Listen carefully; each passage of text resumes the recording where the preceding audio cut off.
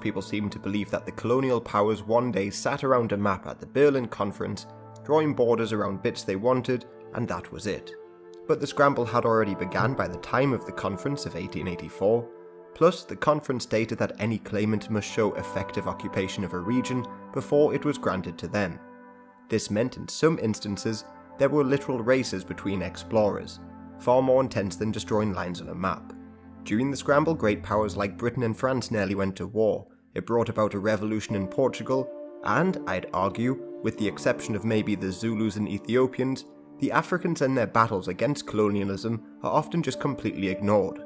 Plus, the fact that some African countries like Egypt and Ethiopia actually expanded is also often glossed over. But to understand the scramble, you really need to go back in time. Well, maybe you don't, but there's some fascinating empires, wars, and cultural exchanges beforehand. The first European colonies in Africa were set up by the Portuguese, as bases along their route to India. These included Madeira in the Atlantic, Sofala in Mozambique, Luanda in Angola, and Mombasa and Zanzibar in East Africa. These all proved to be important stopover points for international trade, and this was pretty much the standard for colonialism at that time. It was far more profitable to set up factories for trade and control sea lanes, rather than taking over entire regions.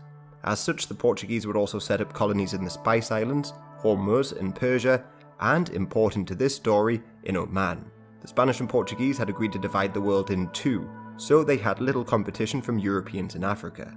But late in the 16th century, the Iberian Union united Portugal with Spain, and as such, the Portuguese entered into Spain's wars against the Dutch and the English. The Dutch were quick to move into the colonial game and took Mina from the Portuguese. They expanded in West Africa, established the Dutch slave coast, and built forts in Senegal. Plus, for a few decades, they even held Portuguese Luanda. While in the south, in the middle of the 17th century, they entered Cape Town, an important midway point for ships sailing between the oceans. The Dutch that settled in this region became the Boers. However, the locals in South Africa that they encountered during this period were not the Zulu. They were the Khoikhoi. These are often grouped together with the San hunter-gatherers, but they were a distinct group of people. The Zulu, on the other hand, didn't enter the picture for another few decades, as they were Bantu who migrated from the north. However, to further complicate matters, there were also the Xhosa in South Africa at that time, and they are closely related to the Bantu. There is some debate over when the Xhosa arrived, but their language shows that they may have been there a lot sooner, as they adopted some of the click sounds from the local San people. Hence Xhosa is usually pronounced something like Xhosa. But I think it's time to explain a bit about the African people and their kingdoms. So this is going to be a gross oversimplification, I'm aware of that, as I'm trying to explain about 200 years of African history, but here goes. Let's start with the Bantu. They originated probably from Cameroon, and they migrated south and east. This migration lasted potentially thousands of years, so don't think of it like a mass movement of people. They became the dominant group in many countries in Central and South Africa over time, but they often lived alongside the original inhabitants. So in South Africa, and especially in Namibia, you still have the San people.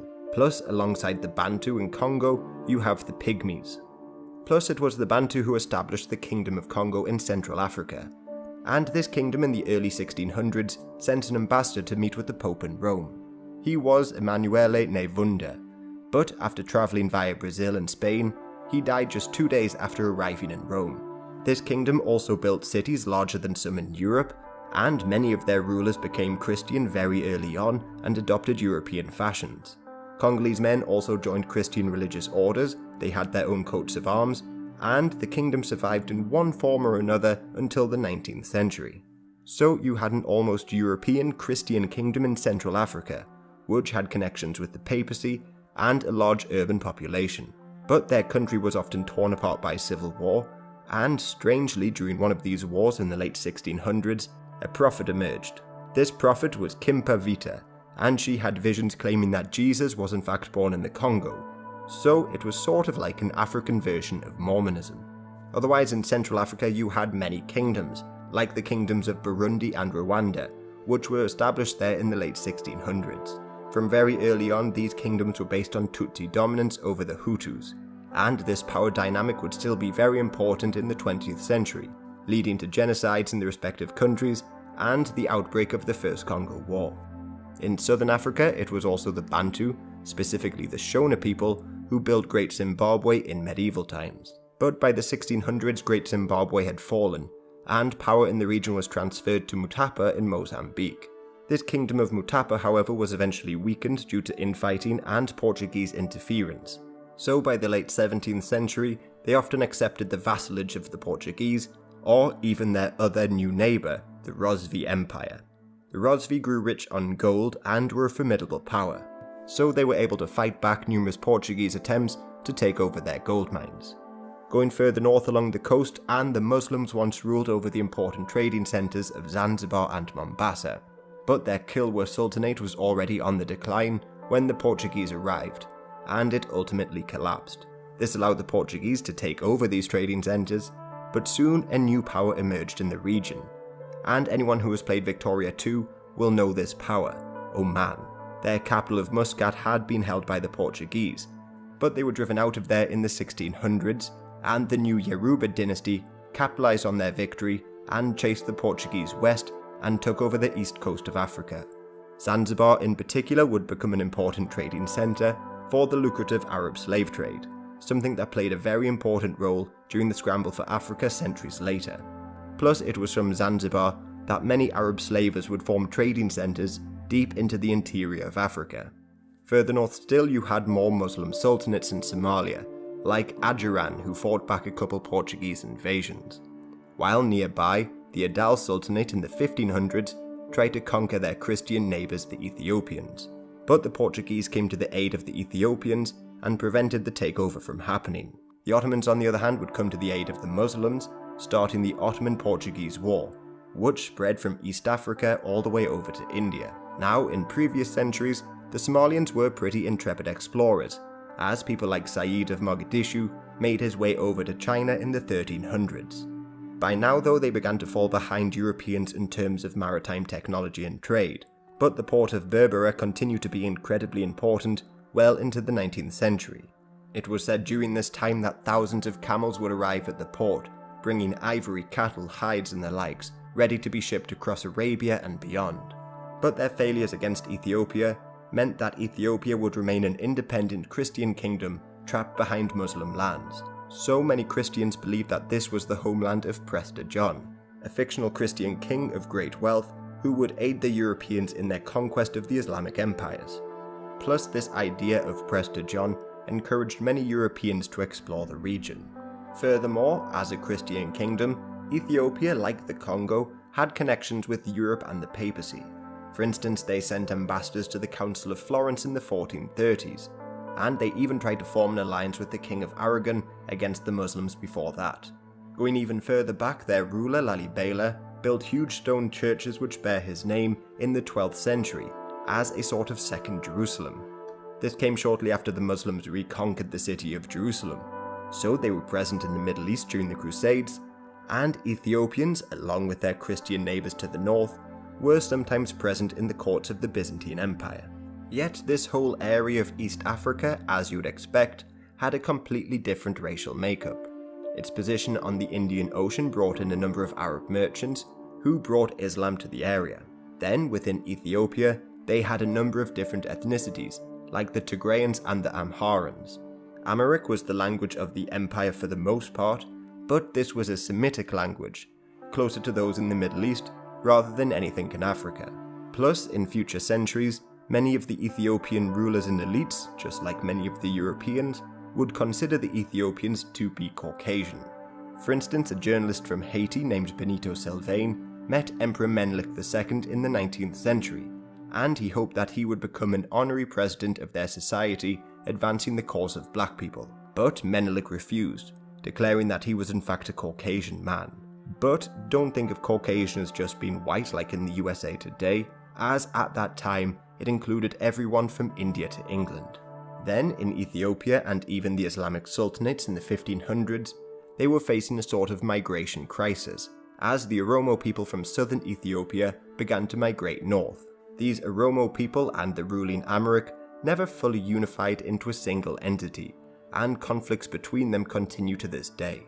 The Ethiopians weren't even the only Christian kingdom in the region, as just to the north of them, you had the Medri Bari, who survived for centuries. But just to the west of them, you had more Islamic kingdoms and empires, like Darfur, Wadai and Bornu. Now for Bornu, they were in medieval times a far more powerful empire, but by this point they had become a bit of a rump state, laying in modern-day Chad. Going further west still, you had the Hausa states, formed by the largest ethnic group within Africa, the Hausa. Then to the west of them, you had the declining Mali Empire. This empire, like others along the Sahara, grew rich from the trans-Saharan trade. Gold, salt, slaves and the likes passed through these great states, and once upon a time, the ruler of Mali, Mansa Musa, was argued to be the richest man who ever lived. The salt mines here kept food preserved on long journeys, and whole salt mining towns were reliant on this trade to bring them food in the middle of the desert. And just to the south of them they had many gold mines, and I often think that the slave trade somewhat overshadows the West African gold trade. The desire for gold was not just among a few rich Europeans looking to get even richer, but at the beginning of the Age of Exploration, it was essential for the survival of the European economies. This is because from 1457 to 1464 there was a bullion famine, and the Europeans were running out of gold and silver. This was in part caused by wars like the 100 Years' War, and the huge trade deficit the Europeans had with Asia. So Europeans began exploring and discovered West Africa and their gold mines, and these practically saved Europe. The gold from this region was so well circulated in Europe that this is where you get the name of the old Guinea coins from, because where else but Guinea could you get such a large quantity of gold? As such, there were numerous African states that popped up along the coast here. Benin and Oyo, for instance, had been around since medieval times, while others like Dahomey and Ashanti came about around 16 to 1700. But there's almost too many to mention in this summary. In the far reaches of West Africa around modern-day Senegal, there was the powerful Jolof Empire. But by the middle of the 16th century, Kayor broke free and the empire disintegrated into various states. However, as the Europeans began to enter West Africa, stories began to emerge of previous settlers in the region. For instance, in the 1600s, the French claimed that they had evidence of the Normans raiding the West African coast back in the 1300s. This was based on documents which have now disappeared and the alleged testimony of an 130-year-old Guinea man.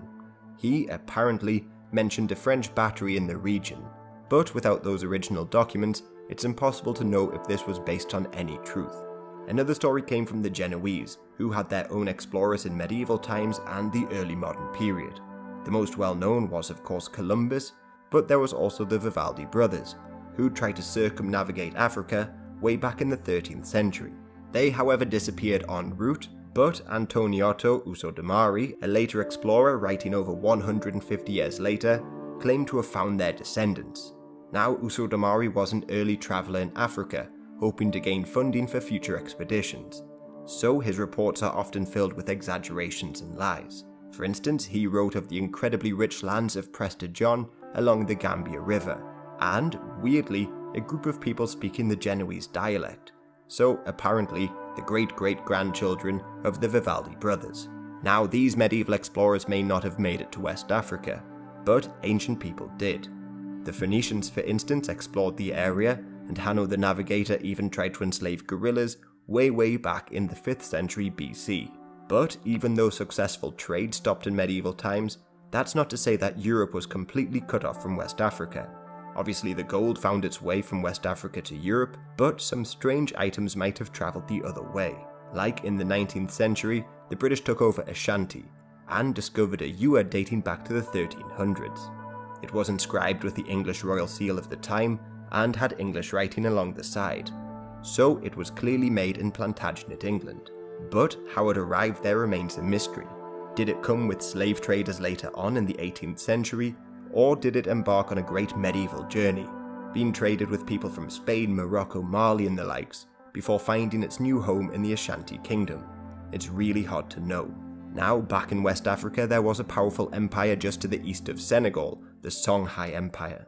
They had largely drove the Mali Empire into decline, and took the city of Timbuktu from them. But the Songhai Empire had all but collapsed by the 1600s, and their defeat didn't come at the hands of the Europeans, but Morocco.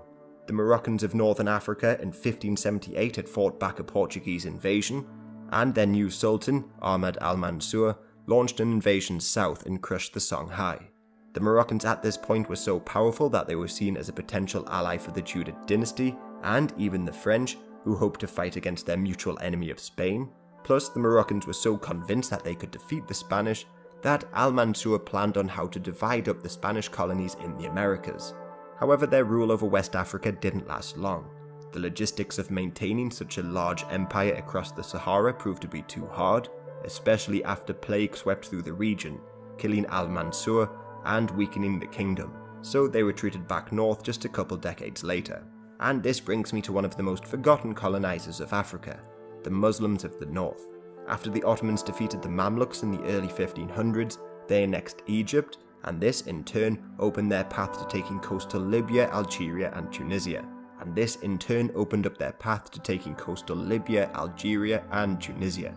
These would later become the Barbary States, which infamously would launch pirate attacks on ships passing through the Mediterranean Sea. And if any nation wanted safe passage, they'd have to pay the respective countries tribute. Many Europeans would join the ranks of these pirates, notably Jan Jansz, a Dutch pirate who wanted to attack their Spanish enemy. Under his command, the pirates would launch raids as far north as Iceland, where they captured hundreds of people in the 1620s. These people, like many Europeans at that time, were then brought back to the Barbary States and sold as slaves.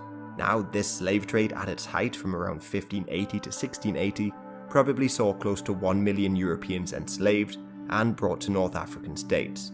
But if you were to add this number to the number of Christians enslaved by the Ottomans to fill in the ranks of the Janissaries and the likes, the number would of course be a lot higher. Also, during this period, the pirates temporarily took over the English island of Lundy near Bristol, while back in Morocco, they formed their own republic, the Republic of Salih. Among the population of this republic, there were many Christian converts to Islam like Jan Jansz, plus there were many Muslims who were forcibly evicted from Spain in the decades prior, and also a collection of Jewish pirates who also wanted some revenge against the Spanish for kicking them out of their home. The Ottomans and the Muslim pirates were therefore the most dominant force in North Africa, but the Ottomans also began looking further south for land and expanded along the Red Sea. For instance, back in 1557, they seized Massawa in modern-day Eritrea, and it was from there that they got involved in the war between Adal, the Ethiopians and the Portuguese. Plus, in North Africa, there were also a number of European colonies. The Portuguese tried numerous times to invade Morocco, and were sometimes successful in establishing bases along the coast. Most of these were reclaimed by the Moroccans, but there is one interesting tale in there. When Catherine of Braganza, a Portuguese princess, married King Charles II of England in 1662, she gave Tangier to the English as part of the dowry. This dowry also included Bombay, which set British expansion in India in motion. So the same thing could have happened in Tangier, with English expanding into North Africa. But the English Protestants already suspected that Charles was a Catholic, and there was a large number of Catholics garrisoning the town, so they later had the fortifications destroyed and left Morocco. Also, back in the 1500s, the Spanish were able to take over quite a lot of important towns along the North African coast. For instance, they took over Tripoli in 1510, and gave it to the Knights of St. John in Malta. Algiers was also temporarily occupied by them, and Tunis was made a Spanish puppet, and so too was Jerba. They lost most of these to the Ottomans later on. However, to this day, the Spanish still hold on to some of their North African possessions, Melilla and Ceuta. So you had the Portuguese, Spanish and English in North Africa. Plus there was a very small French attempt as well, as they set up a fort called the Bastion of France in Annaba. There they hoped, like many, to exploit the coral trade in the region, but very little came from this colony. The largest coral traders at that time were the Italian Genoese, who held Tabarka in modern-day Tunisia all the way until the 18th century. However, European, or at least Christian attempts to take over North Africa go back centuries. For instance, way back in the 12th century, the city of Pisa attacked Annaba, while the Sicilians held on to Jerba sporadically from the 12th to the 15th centuries. In fact, when the Normans ruled Sicily, they launched the Mahdia campaigns in the 11th century and took over large sections of Libya, Tunisia and Algeria. They controlled so much land that the Norman rulers took the title of the King of Africa, and ruled over the area until the Almohad Caliphate kicked them out. Anyway, as Europeans began to grow more in wealth, they too looked to create their own colonial empires, and most of them arrived on the west coast. After all, this place was rich in gold, and many of them were looking to get involved in the growing slave market. In particular, the Gold Coast, or modern-day Ghana, saw a great number of Europeans arrive. But these Europeans, like in other regions, were not controlled by the governments of each country, but they were rather private trading companies. So just like the Virginia Company in America, or the numerous East India Companies, there was also groups like the English African Company of Merchants, or the Guinea Company. So in West Africa there were of course the English and the Dutch, who were by this point setting up colonies around the world. But there were also Danish and Swedish colonies, plus a short-lived Prussian attempt which lasted from 1682 to 1721. But possibly the most obscure colonial power was Courland.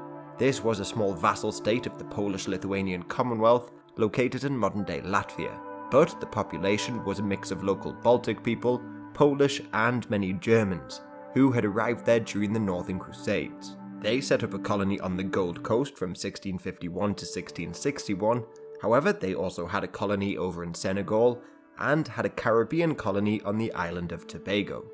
So the language of many African countries could well have been German or even Swedish had things gone differently. But again, although this is a gross oversimplification, many of these countries would become distracted or indebted due to wars in Europe, and many of them would go on to sell their colonies to the Dutch or English.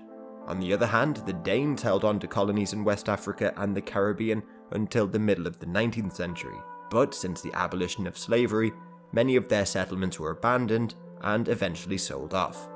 Then as we move into the late 17th century, the Dutch were on the decline, and in their place, the French appeared as a power in the colonial game. For instance, they seized Goree from the Dutch. This island, by the way, has a bit of a controversial history, as it is often claimed to be one of the major hubs of the transatlantic slave trade, but this has been disputed in recent years. Now this is because less than 5% of the 12 million slaves who crossed the Atlantic are said to have set off from the Senegambia region. Then even a smaller percent of them would have arrived at Goree. So compared to other regions, this 5% is pretty low. The Gold Coast, for instance, sent over 10% of the slaves, the Bight of Benin over 20%, and by far the largest number arrived from the area around Congo and Angola, with close to 40%. This, by the way, makes quite a bit of sense, as this is the region in which the Portuguese largely operated, and most slaves were not sent to the Caribbean or the United States, but in fact Brazil. Close to 5 million arrived in Brazil, compared to 2 million in the British Caribbean, 1 million in the French Caribbean and Spanish Americas, and 500,000 in the Dutch Americas and modern-day United States respectively. Plus, it should also be said that over 1 million of those who left Africa never made it across the Atlantic at all. But now we're entering the slave trade, and this is another thing that seems to be completely misunderstood by many. On the one hand, it is said that Europeans were going out capturing the slaves themselves, while on the other, it is often said that the Africans were the biggest traders of slaves. But in truth, the situation was far more complicated, as you would expect. To try and simplify the situation, the slave trade was of course around long before the Europeans arrived. Muslim traders had been taking slaves across the Sahara, or the more regular route for slaves was via ports like Zanzibar.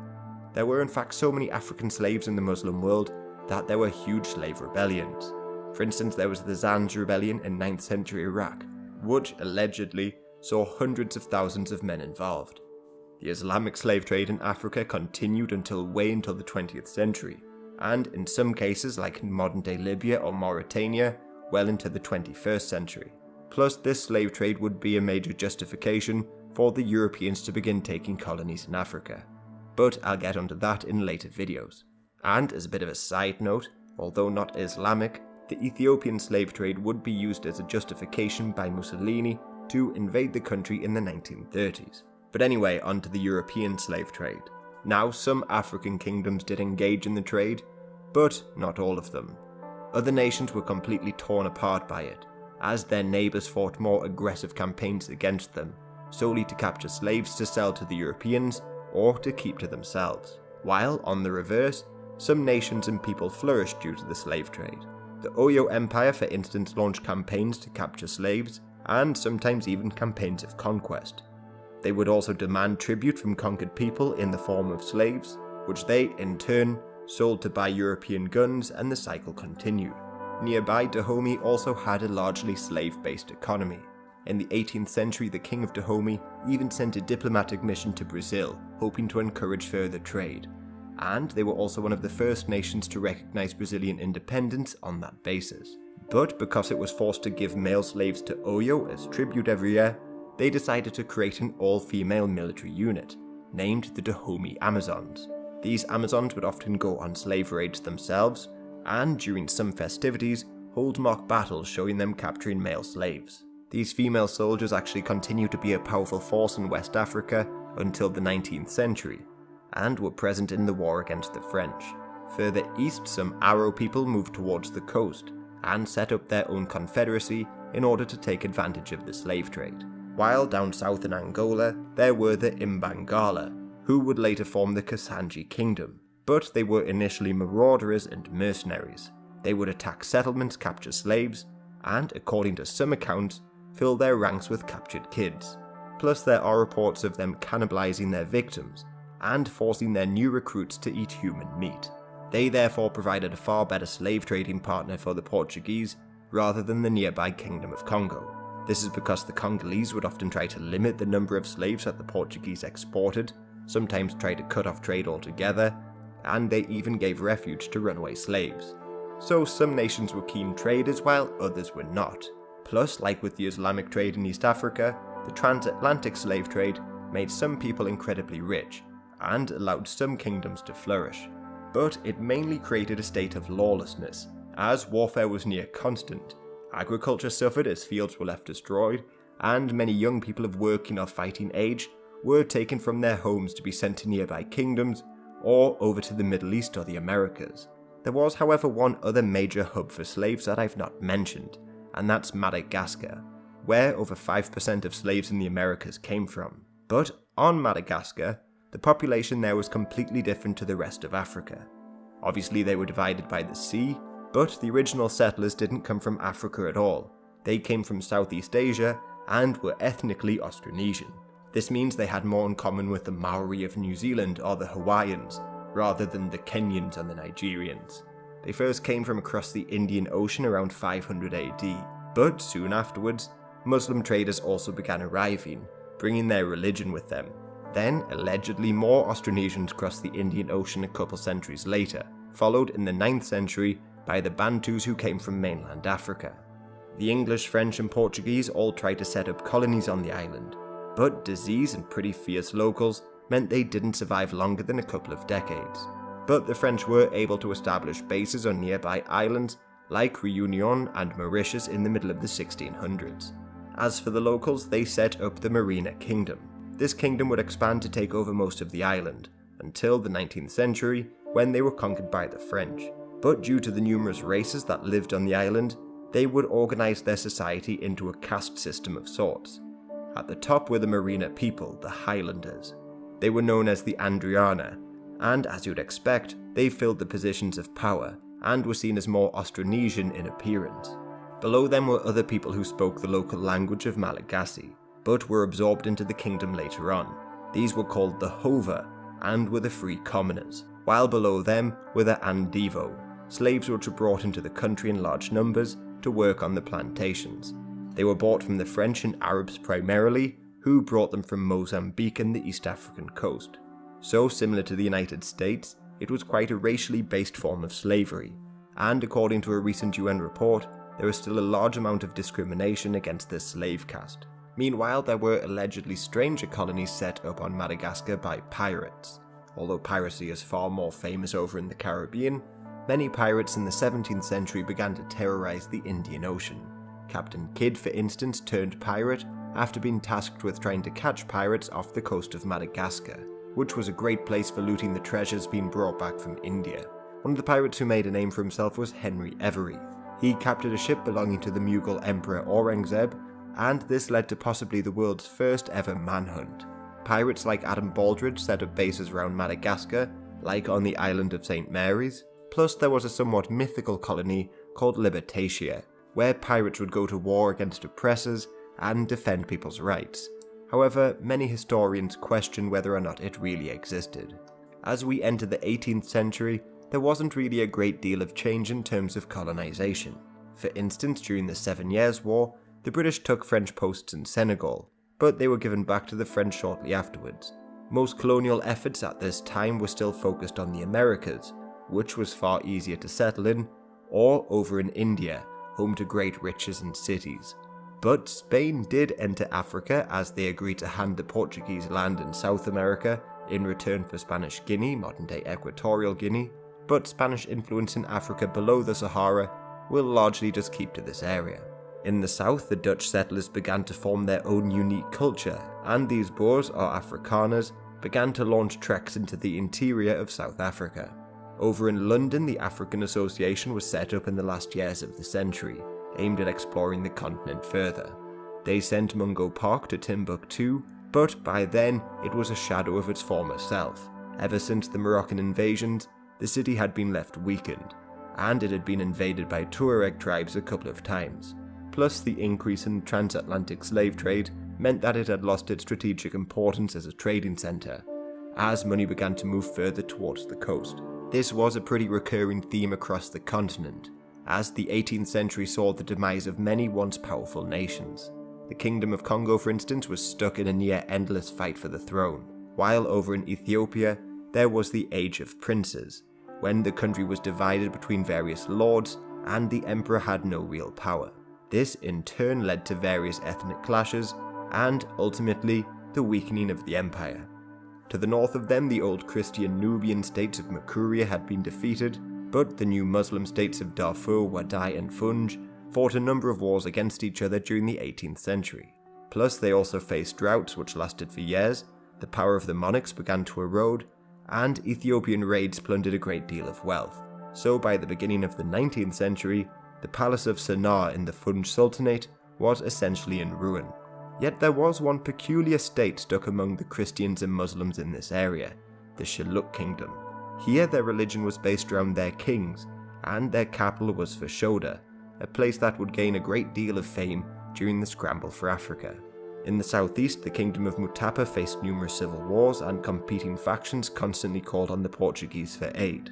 The Portuguese were obviously willing to participate, and the kingdom just disintegrated in that century. But on the Portuguese, they were able to expand their holdings in Africa at the expense of kingdoms like Congo.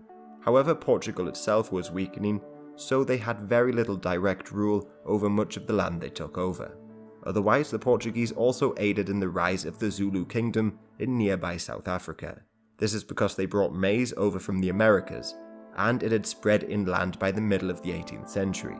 This led to a huge increase in population in the region and spurred on the desire to seize arable land, which had dramatically increased in importance due to the crop. So the Zulu, along with other Bantu people, began to set up their own kingdoms in the decades following this. Over in the west of Africa, a number of palace coups weakened the Oyo Empire, and there was also the fall of the Great Falu Empire to an altogether new threat, jihadists. These jihads began in the 1720s and were largely launched by the Fula people, who today can be found in nearly every West African country. They were inspired to launch jihads by the Turodbi, a group of clerics whose origins are not altogether that clear. They had in fact begun to launch jihads at the end of the 17th century, but they really became significant in the 18th, starting with Karamoko Alpha's conquest of Futa Jalon. They destroyed many sacred animist objects belonging to the locals, including a ceremonial drum, and made a great deal of money from selling the slaves onto the Europeans. But, just like the Christians in Europe, they refused to sell Muslim slaves, and even banned the French from using the rivers in their kingdoms for transporting Muslim slaves. Their success in turn led to further jihadist states being formed across West Africa, like Futa Toro, which was founded in 1776 at the expense of the Great Fulu Empire. Then in the early 19th century, they took over Timbuktu and formed the Messina Empire. But their greatest state was probably the Sokoto Caliphate. This caliphate conquered the Hausa kingdoms and drove back the Bornu Empire, which was also largely Islamic. And this Sokoto Caliphate ruled over the region until the very early 20th century. Plus, in the north, the 18th century was also a bit of a disaster for the Moroccans. Meanwhile, up in the north, The Moroccans, the people that once tried to create a huge West African empire, were also on the decline. Under Ismail ibn Sharif, the country's various tribes and ethnicities were brought under central control in the late 17th century, and he even managed to retake many Spanish towns in the region, like Madia and Asila. Then, to further weaken the Europeans, he sponsored pirate attacks against them, but the various divisions were never fully bridged. This is evidenced by the creation of the Black Guard, a personal guard made up entirely of sub-Saharan African slaves. They were seen as more loyal than any of the various people in Morocco, and were tasked with collecting taxes, crushing rebellions and the likes. But when Ismail died in 1727, the country began to unravel and descend into anarchy for the following decades. Their neighbours to the east, the Ottomans, were also on the decline in the 18th century.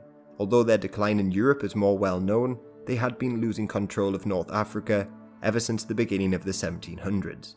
For instance, in Tripolitania, a janissary named Ahmed Karamanli murdered the Ottoman ruler of the region in 1711, and he took power for himself. Towards the end of the century, a Turkish officer named Ali Pasha tried to restore Ottoman control through a coup of his own, but the civil war of the 1790s saw the Karamanli dynasty re-establish their authority. The same thing happened in Tunis, with Al-Hussein-ibn Ali, who took power in 1705, and in Algiers, where Baba Ali Chok ousted the Ottoman officials. Plus, on Algiers, they started demanding higher tributes from the European powers, and when this was refused, they actually started wars against them.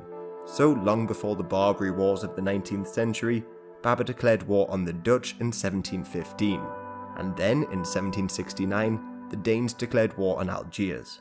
The Algerians responded by enslaving the crew on a number of Danish ships, and refused to surrender despite the threat of the city being bombarded. And, fortunately for them at least, many Danish soldiers died of typhoid during the conflict, meaning the Algerians defeated the Danes. The Spanish would then declare war in the 1770s to stop further Algerian raids. But despite having their cities heavily bombarded, the Algerians still refused to surrender, and a poorly planned Spanish assault on Algiers was driven back. So, once again, the Algerians were successful.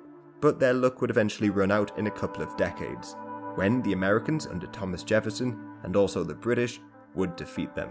And just at the end of the century, further east still, Napoleon invaded Egypt. Although he was defeated and left the region, this set off a huge chain reaction which completely changed the course of African history. This is because Egypt, although under Ottoman control, had been governed by the Mamluks for centuries. This was a military caste made up of slaves brought from the Caucasus, the Balkans and the likes. So the ruling elite of Egypt was a different ethnicity to the larger Arab population. But now they had been defeated by Napoleon, which resulted in a power vacuum. Eventually a man who may well have been Albanian took over. He was Muhammad Ali, and his dynasty would rule Egypt virtually independently of the Ottomans. But his dynasty would change the world. They created their own empire, built the Suez Canal, and fell into debt, which brought the British into the country, and this led to the Mahdist Wars. So I'll look at the very beginnings of the scramble in the next episode and leave it here for now, at the end of the 18th century, where we have a power vacuum in Egypt, declining powers in all parts of the continent, jihadist states in the west, slave trading kingdoms like Ashanti Dahomey in Madagascar, Arab rule in the east, and a collection of very small European colonies around the coast. But then, although often ignored, the Napoleonic Wars and its aftermath brought about a number of changes in Africa. Notably, the British entered South Africa, the Americans defeated the Barbary states, the British fought the Ashanti, and the government took direct control of the West African colonies. Then the restored French monarchy invaded Algeria, and probably most importantly, for many African kingdoms, slavery was abolished. This meant the kingdoms that emerged in the 17th and 18th century, those that built their economy on the slave trade, were left economically crippled, and this weakened the continent's major powers even further. Although the African continent had a number of powerful kingdoms in the early modern period like Congo, Ethiopia, Mutapa and Morocco, by the end of the 18th century, most of them had been left weakened by civil wars, foreign intervention and constant warfare. Many of these wars were spurred on by the demand for slaves, but then the continent would completely change with the outbreak of the Napoleonic Wars, starting with Napoleon's invasion of Egypt. At that time, Egypt was ruled by the Ottomans, but that was just another power on the decline in the 18th century, and by then the Barbary states of North Africa were acting independent of their rule. Meanwhile, in Egypt, the Mamluks had largely ran the country for centuries.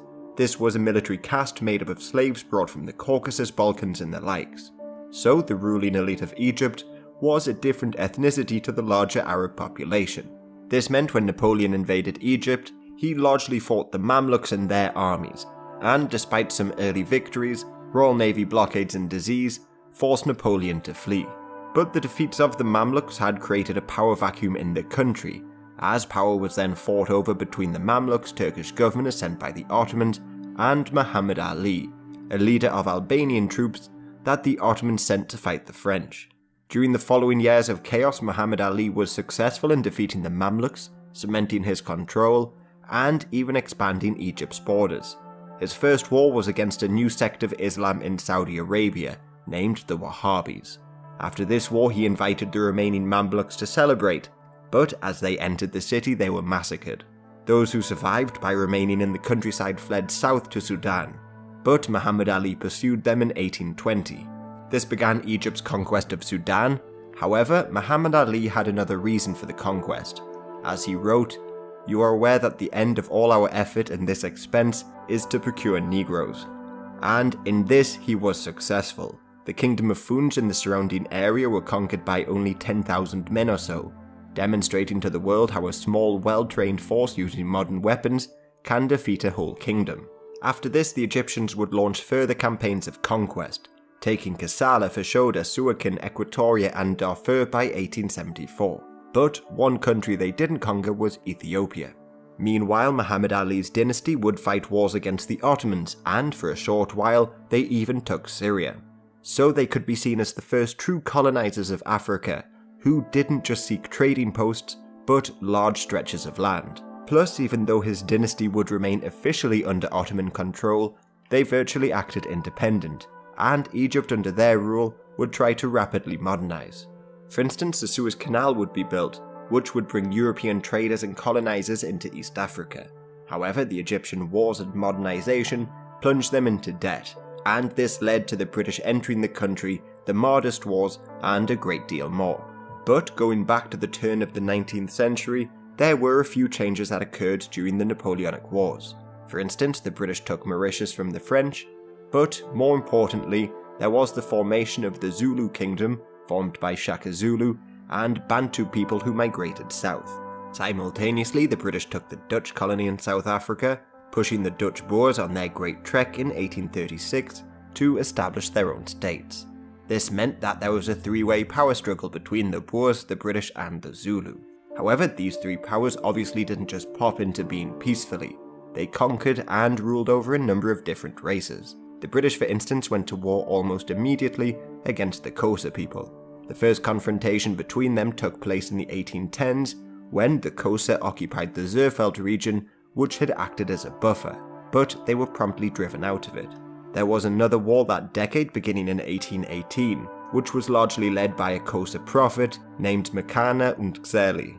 Now he allegedly had the power to turn bullets into water and hoped to unite the Xhosa against the British, who had seized thousands of cattle belonging to them. But the British had the support of the San people, and together they defeated the Xhosa. As for Mekana, he became the first person to be sentenced to prison on Robben Island, which became the infamous site of Nelson Mandela's imprisonment.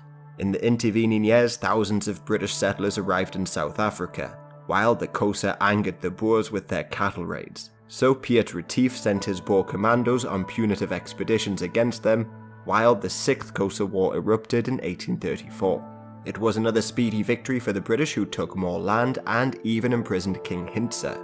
However, while negotiating the payment for stolen cattle, the king tried to escape and was killed in the chase.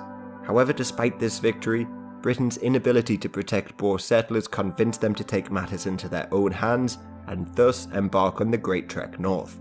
However, tensions between the British and the Boers had been running high for some time. Obviously, English became the official language, and British laws and culture alienated the Boers. But what possibly angered them the most was Britain's racial policies. For instance, back in 1815, the British declared the natives of South Africa would be citizens and share the same rights. The British then outlawed slavery in the region in 1834, freeing 30,000 or so African slaves.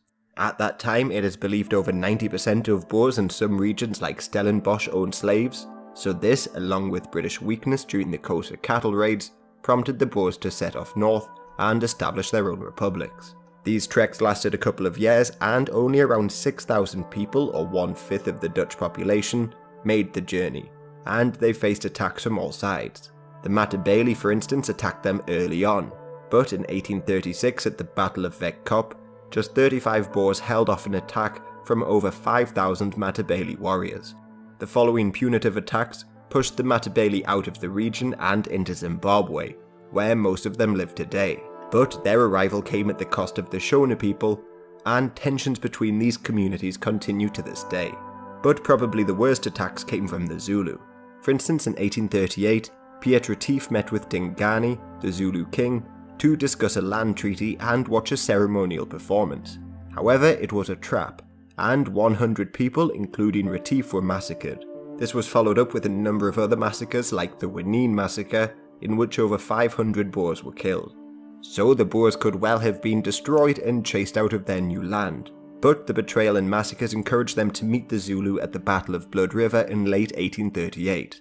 In this battle they were victorious and they set up the Republic of Natalia, while the Zulus descended into civil wars, as the Boers, under Pretorius, helped Mpande remove his brother Dingane from power.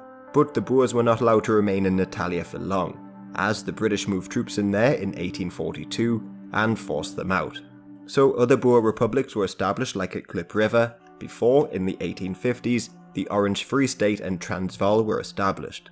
But the Boers weren't the only people establishing new republics, as there was also the Griqua, a group of mixed-race people who set up their own republics, like Griqualand East and West in the 1860s, centered around mining areas. Then finally onto the Zulus, who probably launched the most destructive campaigns in the region.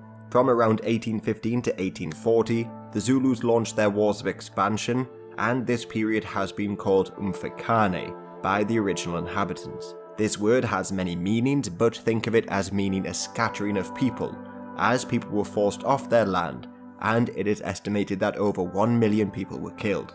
People fled in every direction and established their own kingdoms and states. For instance, after the defeat of Undwandwe Shoshangani, he went to Mozambique and set up the Gaza Empire. The Fengu people on the other hand arrived in Xhosa land, putting further strain on their resources, and if you look at a map of South Africa today, you will see a tiny nation trapped inside it. This is Lesotho. The origins of this country date back to this period, as Moshoeshoe I took his Sotho people into the mountains to escape the Zulu wars. The other tiny nation in this region is Swaziland, or Eswatini, which still has a monarchy, but their monarchy goes back to the middle of the 18th century. Beforehand, the Swazi were living around Delgoa Bay in Mozambique, but they settled in the area that they are today, under the leadership of Dlamini III, and they are quite unique in not being affected by the Zulu wars.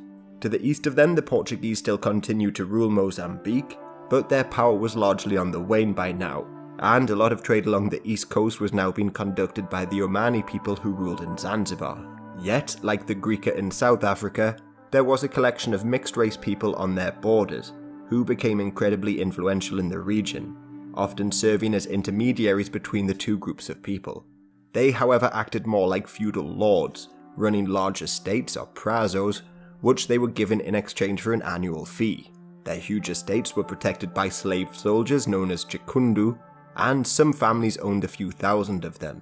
Some of these families would also become somewhat Africanized, and even became chiefs of local tribes.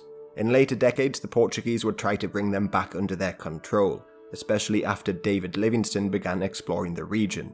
But some of these families, like the De Cruz family, were able to drive them back in 1868. David Livingstone, by the way, was a Scottish missionary who, largely on his own accord, began exploring Africa in the middle of the century. From South Africa he journeyed north and established a mission as far away as Blantyre in modern-day Malawi.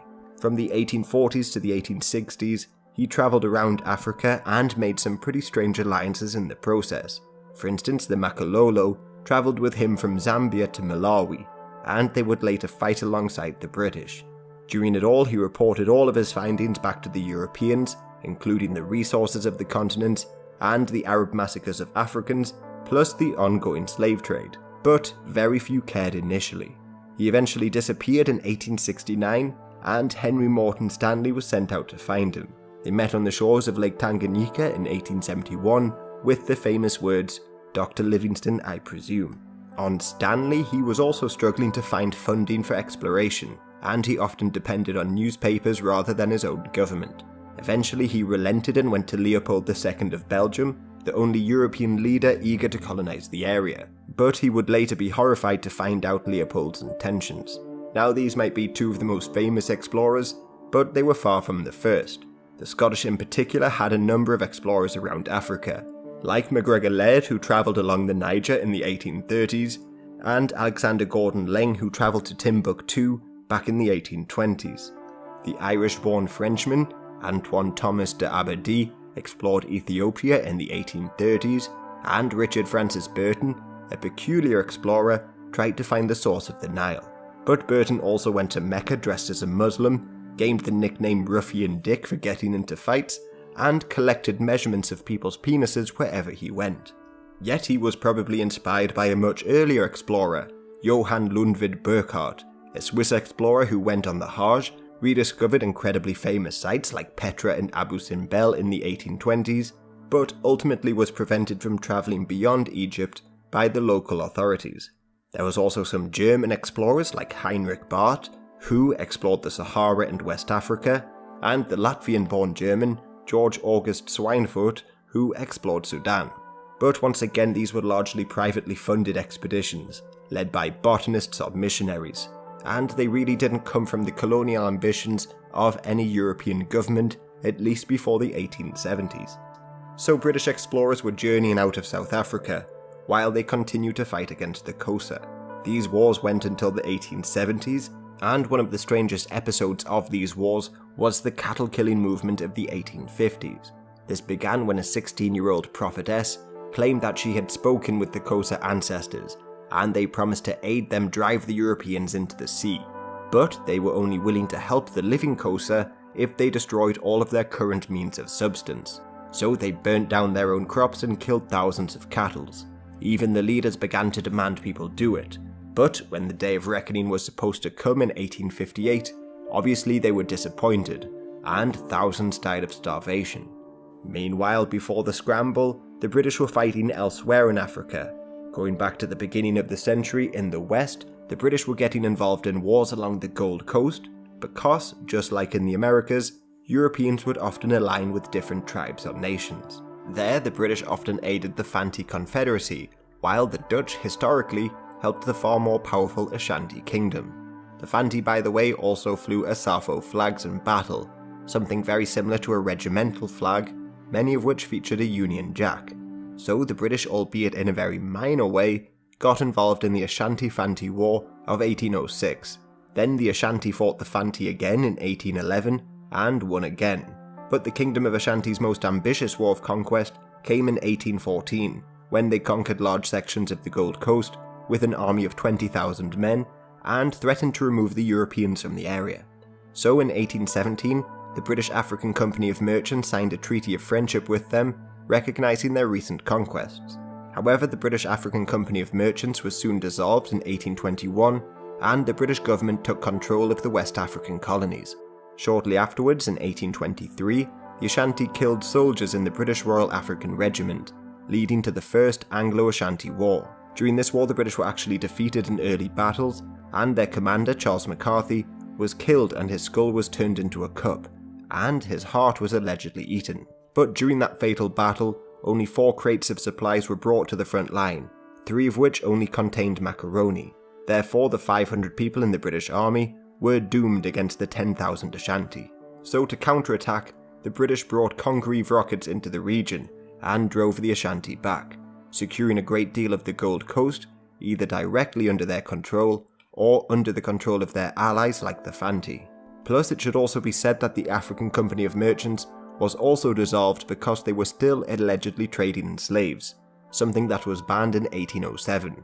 This ban was taken incredibly seriously by the British, as they also created the West African Squadron, which patrolled the seas in the area, hoping to stop slave ships. To further help in this effort, they formed a new base in Banjul in 1816, and this would be the basis of the Gambia in the following decades.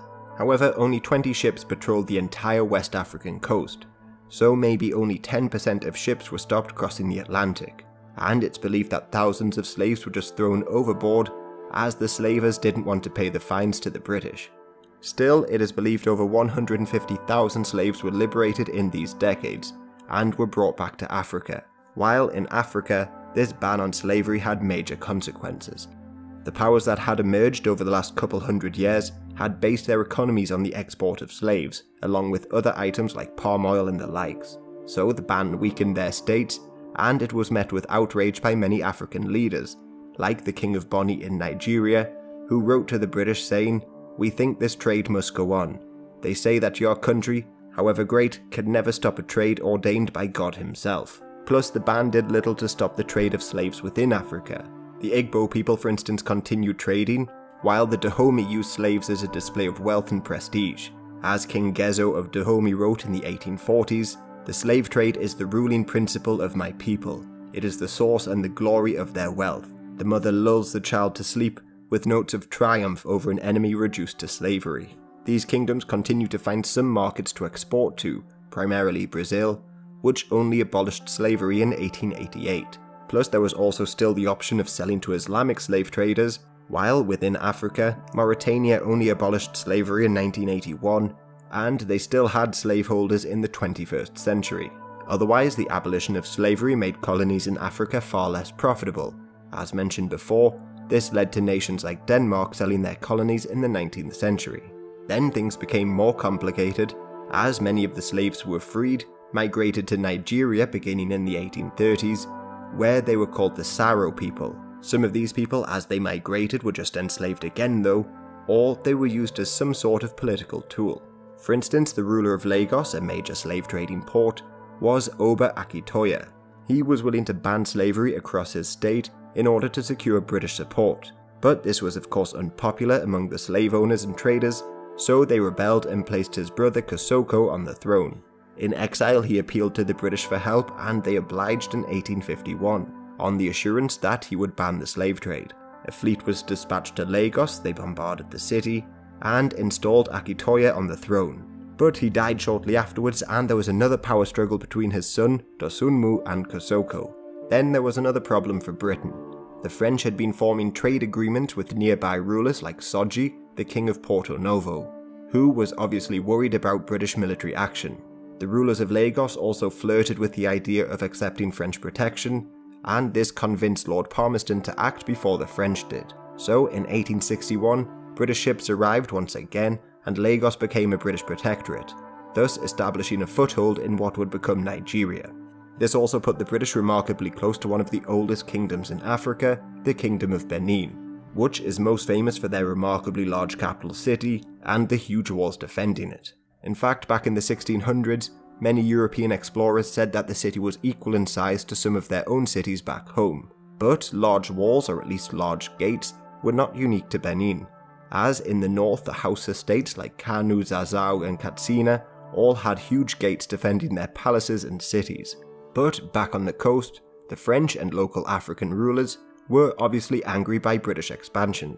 While the British were supposed to be freeing slaves, they were simultaneously taking fresh colonies in Gambia and Nigeria. So in 1863, Soji of Porto Novo signed an agreement with the French. But the French were not really better in this regard, as just nearby, back in the 1840s, they signed an agreement with the Nzema people of the Ivory Coast. This allowed them to set up a fort in Grand Bassam and expand their influence in the region. But going back to slavery, the British even began to bring freed slaves from across North America and even Europe to their main base in West Africa, Sierra Leone. This colony was home to the infamous Bunce Island, but even when slavery was legal, there was a huge scheme to resettle black people in this area. Many of these black people fought alongside the British in the American Revolution in exchange for their freedom, while others like Olaudah Equiano was able to purchase his freedom in the Caribbean. He, like many others, went to live in England and formed the Sons of Africa group, aimed at abolishing the slave trade. Meanwhile, white abolitionists set up the Committee for the Relief of the Black Poor. They believed that sending the poor black people from Canada or the UK back to Africa would help relieve their poverty. But this plan also got support from many racists who hoped to remove black people from their countries. Prime Minister William Pitt the Younger said they should be sent somewhere and be no longer suffered to infest the streets of London. So, with government approval, former slaves from England and Nova Scotia were resettled in Sierra Leone, where they founded the city of Freetown. On arrival, they had many rights and even elected their officials, but they were given very few supplies, faced conflicts with their African neighbours, and back in 1799 they rebelled. To crush the rebellion, the British used Jamaican Maroons.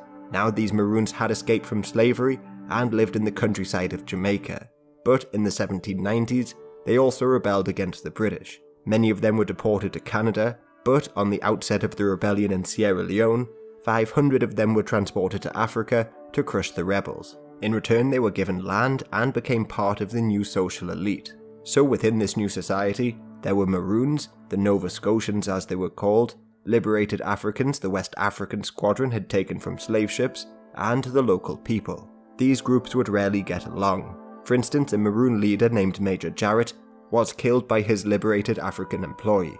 This prompted attacks from both sides until many Maroons fled back across the Atlantic. But over time during the 19th century, these three immigrant groups would begin to merge together into the Creole people of Sierra Leone. They lived in homes that were clearly inspired by their old homes in southern USA, they developed their own language known as Creole, and they even began trading down the West African coast and settling in new countries. Then, just across their eastern border, the country of Liberia had a very similar origin tale. There, the American Colonization Society acquired land from the Gola ruler, named King Peter, in 1821. This land served as a base for the former slaves to arrive in, but from the beginning, they too faced attacks from the locals, specifically the Malinka people. But the liberated slaves in Liberia also had government support from President Monroe, and in his honor, they named their first town Monrovia. Only a few thousand people actually made the trip to Liberia, and of them, less than 2,000 were still alive by 1841, when Joseph Jenkins Roberts declared that the country was independent. However, the history of Liberia took quite a dark turn, as the Americo-Liberians began to emulate the slave owners of Southern America. So their society was based upon segregation, with them at the top, despite never making up more than 5% of the population. Their numbers were bolstered with the arrival of people from the Caribbean in the 1860s, and a mass exodus of former slaves from South Carolina a decade later. This ruling class of Americo-Liberians were criticized as late as the 1920s for still using slave labor, and they kept hold of power until the outbreak of the Civil War in Liberia in 1980. Nevertheless, the independence of Liberia was recognized by the great powers very early on, meaning it was the two countries that was never colonized by the Europeans. However, to compare it to the Ethiopians is a little problematic, as Liberia was seemingly born out of the effort of colonizers, just a different sort of colonizer. Plus, on slavery elsewhere, there was still the threat of Islamic slave raids in Europe thanks to the Barbary states of North Africa at the turn of the 19th century. But the Americans under Thomas Jefferson refused to pay tribute to them, beginning the Barbary Wars. Algiers and Tripoli were bombarded by the American fleet, and then, after the Napoleonic Wars, the British also bombarded Algiers when they massacred Christian slaves. This, as well as more advanced European ships, greatly reduced the power of these once feared states. Then, Algeria would also be the first state in North Africa to fall to the Europeans, specifically the French. The French conquest began in 1827 when Charles X blockaded their capital. The justification behind the blockade, however, was a farce, as it began when the ruler of Algiers demanded the French pay their bills for supplies given to them during Napoleon's campaign in Egypt. The French initially refused to respond, but their ambassador was whipped by the Algerians, prompting the blockade. However, this just gave Charles the cause for war that he wanted, as he was keen to find a distraction for the French people. He was, after all, the king, and his unpopular Bourbon dynasty had been restored after the fall of Napoleon. So, to gain public support, he invaded Algeria in 1830. This did little to help Charles though, as he was removed from power during the July Revolution. Nevertheless, the invasion continued, and initially, the French held very little power outside the major cities of Oran, Algiers and Bonney, so they had to pacify the rest of the region, and to do so, they created the French Foreign Legion in 1831. This had a number of benefits to the new ruler of France, Louis Philippe. For starters, he came to power with the help of French liberals, people who were largely opposed to the Algerian War, so by sending off foreigners, he could appease them. Plus, it also served as a place to throw the old guards of the French kings, like the Swiss Guards, who had defended Charles during the July Revolution. So this new Foreign Legion helped the French gradually expand their control in Algeria, and by the middle of the 19th century, they controlled most of the coast, forcing many Algerians into Morocco to organize their resistance. This just resulted in the extremely short Franco-Moroccan War of 1844, which the French won, and their control over Algeria was formally recognized by the Moroccans. Then, in the 1850s, the French launched a further campaign of conquest in Senegal. This could be seen as part of a much larger French effort to expand their empire under their new ruler Napoleon III, who also moved into Southeast Asia and Mexico. But looking at these conflicts as connected is often problematic, and this will be especially true during the Scramble. This is because the governors of various colonies would often act independently of the central government, or were responding to immediate problems. So the campaigns in Senegal really could have begun in the 1820s, after the French colonies were left weakened, after the British took them during the Napoleonic Wars, and only returned them to France if they promised to abolish slavery. The trade in acacia gum therefore began to grow more important as a replacement source of income, as it was extremely important as a dye in the growing textile industry of Europe. But the weakened French outposts in Senegal faced the growing power of the Emirate of Trarza, who often raided their neighbours, the Walu Kingdom. These two, however, were close to uniting through marriage, which would give them control of both banks of the Senegal River, so the French attacked them in 1825 to end this union. Then, fast forward to the 1840s and 1850s, the French companies were building more forts along the banks of the Senegal River, angering the local states. So Trarza united with Walu again, and even their old rivals, the Emirate of Brakna. They launched a united raid on the French port of St. Louis in 1855, but the French responded quickly and successfully and took control of Walu, which had existed for centuries. But the last queen of Walu, Ndate Yale Mbonj, was facing invasions from Muslim states in the north and the French throughout most of her reign, so she really stood very little chance of survival. The French victory then brought them closer to the borders of a new African state, the Tukulur Empire, which had been created by Omar Said Tall. Think of this as an extension of the jihadist states of West Africa, as they were essentially just the unification of the most western ones. Under Omar, they launched an attack on the French in 1857, but were pushed back and the new spheres of influence were recognized. The French were therefore free to start picking off the small kingdoms in Senegal, and quite quickly, a new enemy appeared in the King of Sinai.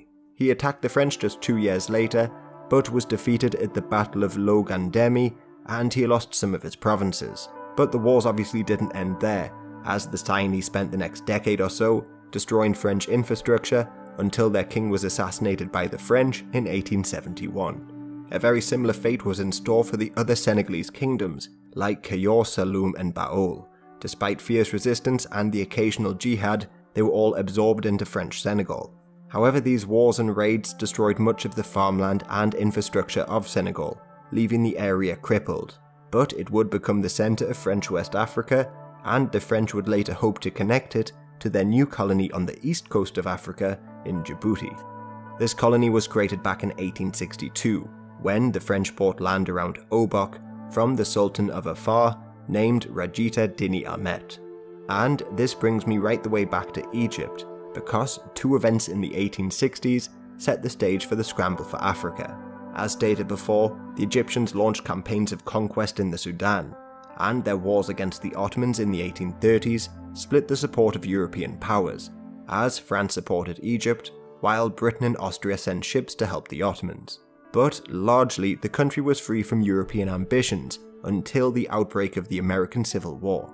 As Southern American cotton was not making its way to Europe, the factories in Britain and France were brought to a standstill. Many Brits hoped to enter the war on the Confederate side to end this cotton famine, and the French, who were already active in Mexico, were even more keen. But the Confederates' King Cotton Plan ultimately failed, as the Europeans found another solution. They began to look at Egypt's growing cotton industry, yet to encourage this trade, the Egyptians fell further into debt by building railway lines. However, the American Civil War and this new market made Egypt and Africa as a whole a more attractive option for resources. Then the second great event was the construction of the Suez Canal. Construction began with the French Suez Canal Company, created by Ferdinand de Lesseps. Said, the ruler or the Khedive of Egypt, also invested a lot of money into stocks. Plus, as a bit of a side note, as the French and Egyptians began working together, Said agreed to help Napoleon in his invasion of Mexico, and sent hundreds of Sudanese slaves to fight alongside them. Anyway, as construction was underway, Europeans began to correctly see that East Africa would become incredibly important to international shipping. So this is why the French purchased part of what would become Djibouti several years before the Suez Canal opened. But just across the Red Sea, there was already a British colony at Aden, and this dated back to the 1830s, when the British took the town to serve as a coaling station for their ships on the way to India. Also, nearby, another colonial power joined in the race, the Italians. Their ambitions in East Africa are largely the result of Giuseppe Sapanto's explorations of Ethiopia and his insistence on Italian expansion. So, in 1869, the newly unified Italian kingdom listened to his calls and sent him to purchase land around Asab Bay from the Danakil chiefs. This territory was initially owned by a private company, but it would serve as the foundation of Italian Eritrea. And this brings me on to a crucial part of the history. In the 19th century, Europe saw the creation of a number of new states, all eager to establish colonies.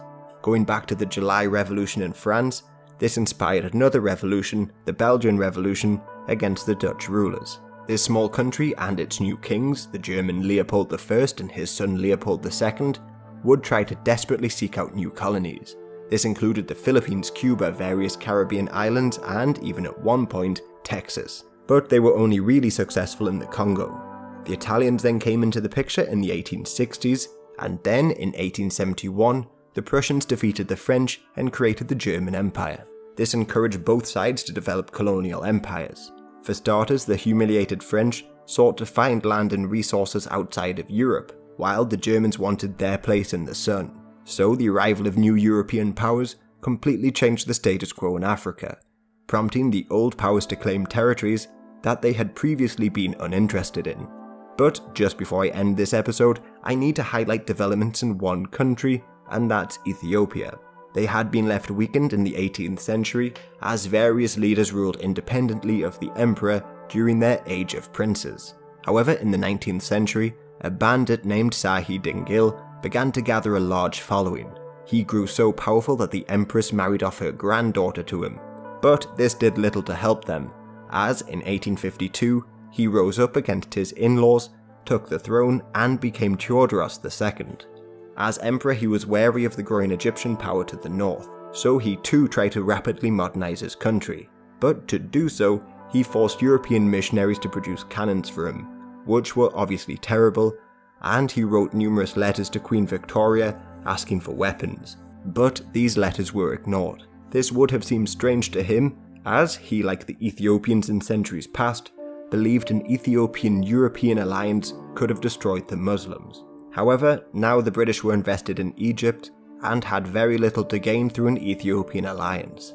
So Theodoros imprisoned the foreigners in his country and demanded weapons for their release. This was disastrous though, as the British in 1867 sent an army into Ethiopia to free them. Theodoros had very few followers among the various ethnicities, so the British were able to take his capital city while he committed suicide. This created a power vacuum in the country as different factions fought for the newly vacant throne. But eventually Johannes IV would succeed. He would go on to defend Ethiopia against attacks from the Egyptians and even the Mahdists of Sudan. Plus, he would also become a colonizer of sorts, as under his rule, Ethiopia would expand their empire from their homeland in the north to the borders of Kenya in the south. Therefore, the Ethiopians, like the Egyptians, would become the forgotten participants in the scramble for Africa. But that's where I'll leave it. Over the first half of the 19th century, the Americans set up Liberia and defeated the Barbary pirates.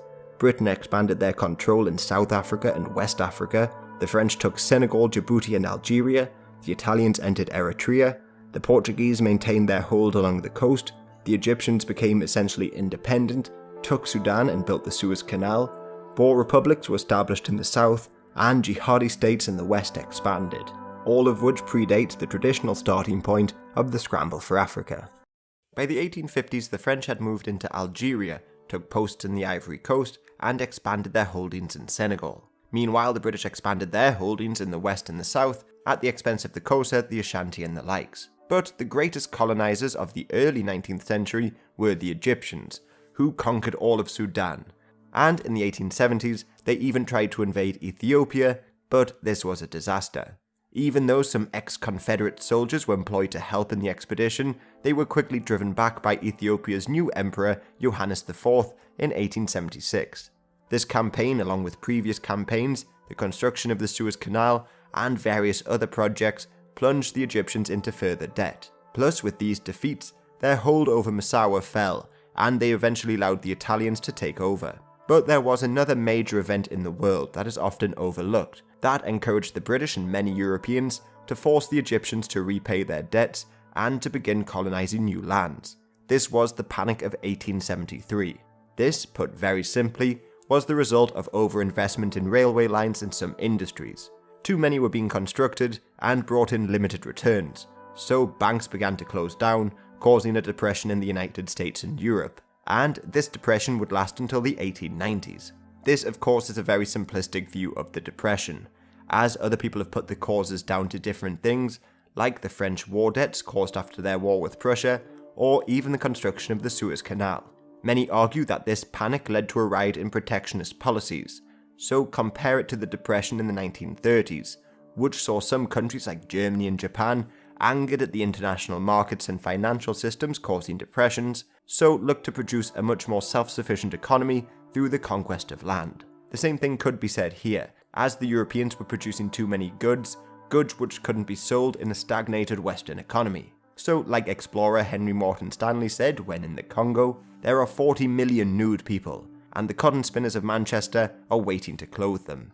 This theory behind the cause of the scramble was developed on by Lenin, who described imperialism as the latest stage of capitalism. But personally, I believe this is too simplistic, as the Europeans largely propped up declining empires elsewhere, like China and the Ottoman Empire. There, a strong and stable government was better for trade, and provided even larger markets without the expenses of direct control.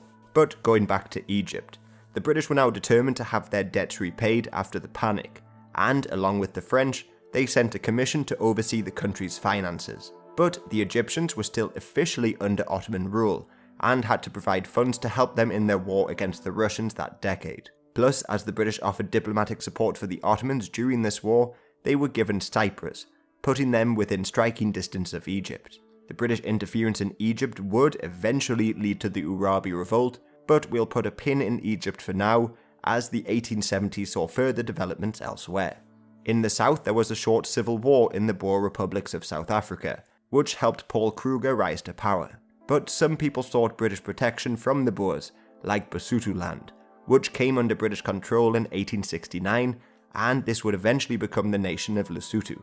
Otherwise, a group of mixed-race people known as the Griqua set up their own republics like at Klipdrift. There, after the discovery of diamonds, thousands of British migrants would appear, and they too would fall under British protection, putting Britain firmly on the borders of the Boer republics. So the Panic of 1873 also encouraged the British to take more interest in the newfound diamond wealth of the Boer republics. And, thankfully for them, the Boers suffered a defeat at the hands of the nearby Pedi people in 1877. This, along with the ongoing Zulu threat, encouraged the Boers to accept British protection, and the British then sent an army to crush Sekukuni, the king of the Pedi people. Around the same time, the British also finally defeated the Xhosa, who they had been fighting for decades. But now, under governors like Frere, the British were more keen to expand, so they fully annexed the Xhosa lands, and then came the Anglo-Zulu War. Governor Frere was presented a cause for war when a colonial engineer and a trader were taken prisoner by a group of Zulus, when they were working near the border. They were released, but Frere issued an ultimatum that he knew the Zulu king, Cetshwayo, could not accept, as it included disbanding his entire army. After the deadline for the ultimatum passed, the British declared war in January 1879, but famously their first invasion ended in disaster at the Battle of Isandlwana. The British public was outraged and they sort of forced a reluctant British government to send in reinforcements to defeat the Zulu. And I say reluctant because Prime Minister Disraeli, and many prime ministers before him, were more focused on Russia, India and the likes. For instance, Lord Palmerston advised the Belgians against buying Cuba from the Spanish way back in the 1830s, arguing that colonies are unwieldy and expensive. Even Disraeli's own Secretary of the Colonies, Sir Michael Hicks Beach, wrote, "The fact is that matters in Eastern Europe and India were so serious an aspect that we cannot have a Zulu war, in addition to other greater and too possible troubles." So the British favoured the idea of a soft empire, which allowed the British to dominate trade across the world, in particular in South America, without the need to rule over people. So the anti-colonial stance wasn't born out of a noble idea, but it was more pragmatic. And it wasn't just the British who felt this way. The Germans under Bismarck was more focused on Europe and maintaining alliances there, but independent colonists would force his hand. Therefore, the whole scramble was championed through the actions of some men: Rhodes, Leopold, Freyr, Lüderitz and others. Now this may seem like a bit of a simplification, but there was never a unified protectionist plan to acquire new markets and resources. This is especially true as the African colonies very rarely turned a profit and never provided a huge market for European goods, which were still mainly sent to the Americas or Asia. Of course, some people made a great deal of money exploiting the rubber and diamonds, but more was made via the soft empires in South America, or even opening up and modernizing Japan, China and the likes. So small colonies like Hong Kong or Singapore proved a better investment than fighting in the deserts of Sudan. And this policy of just collecting small trading posts had been the Europeans' policy in Africa for centuries. But going back to South Africa, the Zulus were defeated at Rorke's Drift while reinforcements arrived. These fresh troops launched a second invasion of the Zulu kingdom, captured Cesweo, and divided his kingdom up into small chiefdoms. These would all later be brought under British control, but there was a problem for the British. Now the Boer republics no longer needed their protection, so they declared their independence in 1880, starting the First Boer War between Transvaal and Britain. The British Gatling guns that were so effective against other opponents proved to be pretty useless against the Boer marksmen and their guerrilla tactics. So after numerous embarrassing defeats, Prime Minister Gladstone admitted defeat and the Boer republics remained independent for now. As for the Boers, they had been branching out and looking to expand their influence into southern Africa. So throughout the 1870s, they had embarked on the Doorsland Treks, which took them through Botswana, Namibia, and even as far north as Angola. Some of them would remain in Angola for decades before returning south to Namibia, but many died along the way and no large Boer communities were established in their new homelands. And, of course, the Portuguese were not open to allowing new republics being formed in their colonies, and they faced opposition in Namibia from the ruling Herero chiefs. Besides Egyptian debt in British South Africa, the third major development that occurred in the 1870s was Leopold II of Belgium hiring Henry Morton Stanley to explore the Congo. And this brings me to what I believe was the major cause behind the scramble: the emergence of new colonial powers, and a sort of panic to claim colonies out of a fear that someone else would take them.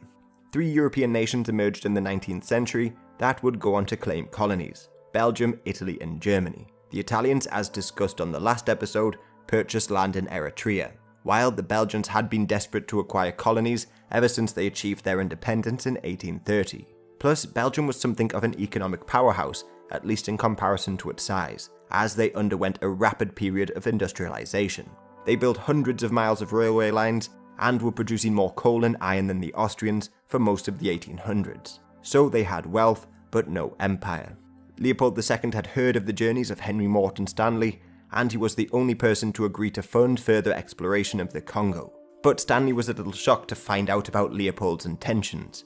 As he said, "It is a question of creating a new state as big as possible and of running it. It is clearly understood that there should be no question of granting the slightest political power to the Negroes in this project. That would be absurd." But to the rest of the world, Leopold projected a far more humanitarian mission. In 1876, he hosted a geographical conference in Brussels and created an International African Association. Philanthropists, mapmakers and scientists were all invited to attend and discuss how to map out Africa in order to better stop the slave trade and even provide medicine to the people. But, of course, this was all just a mask.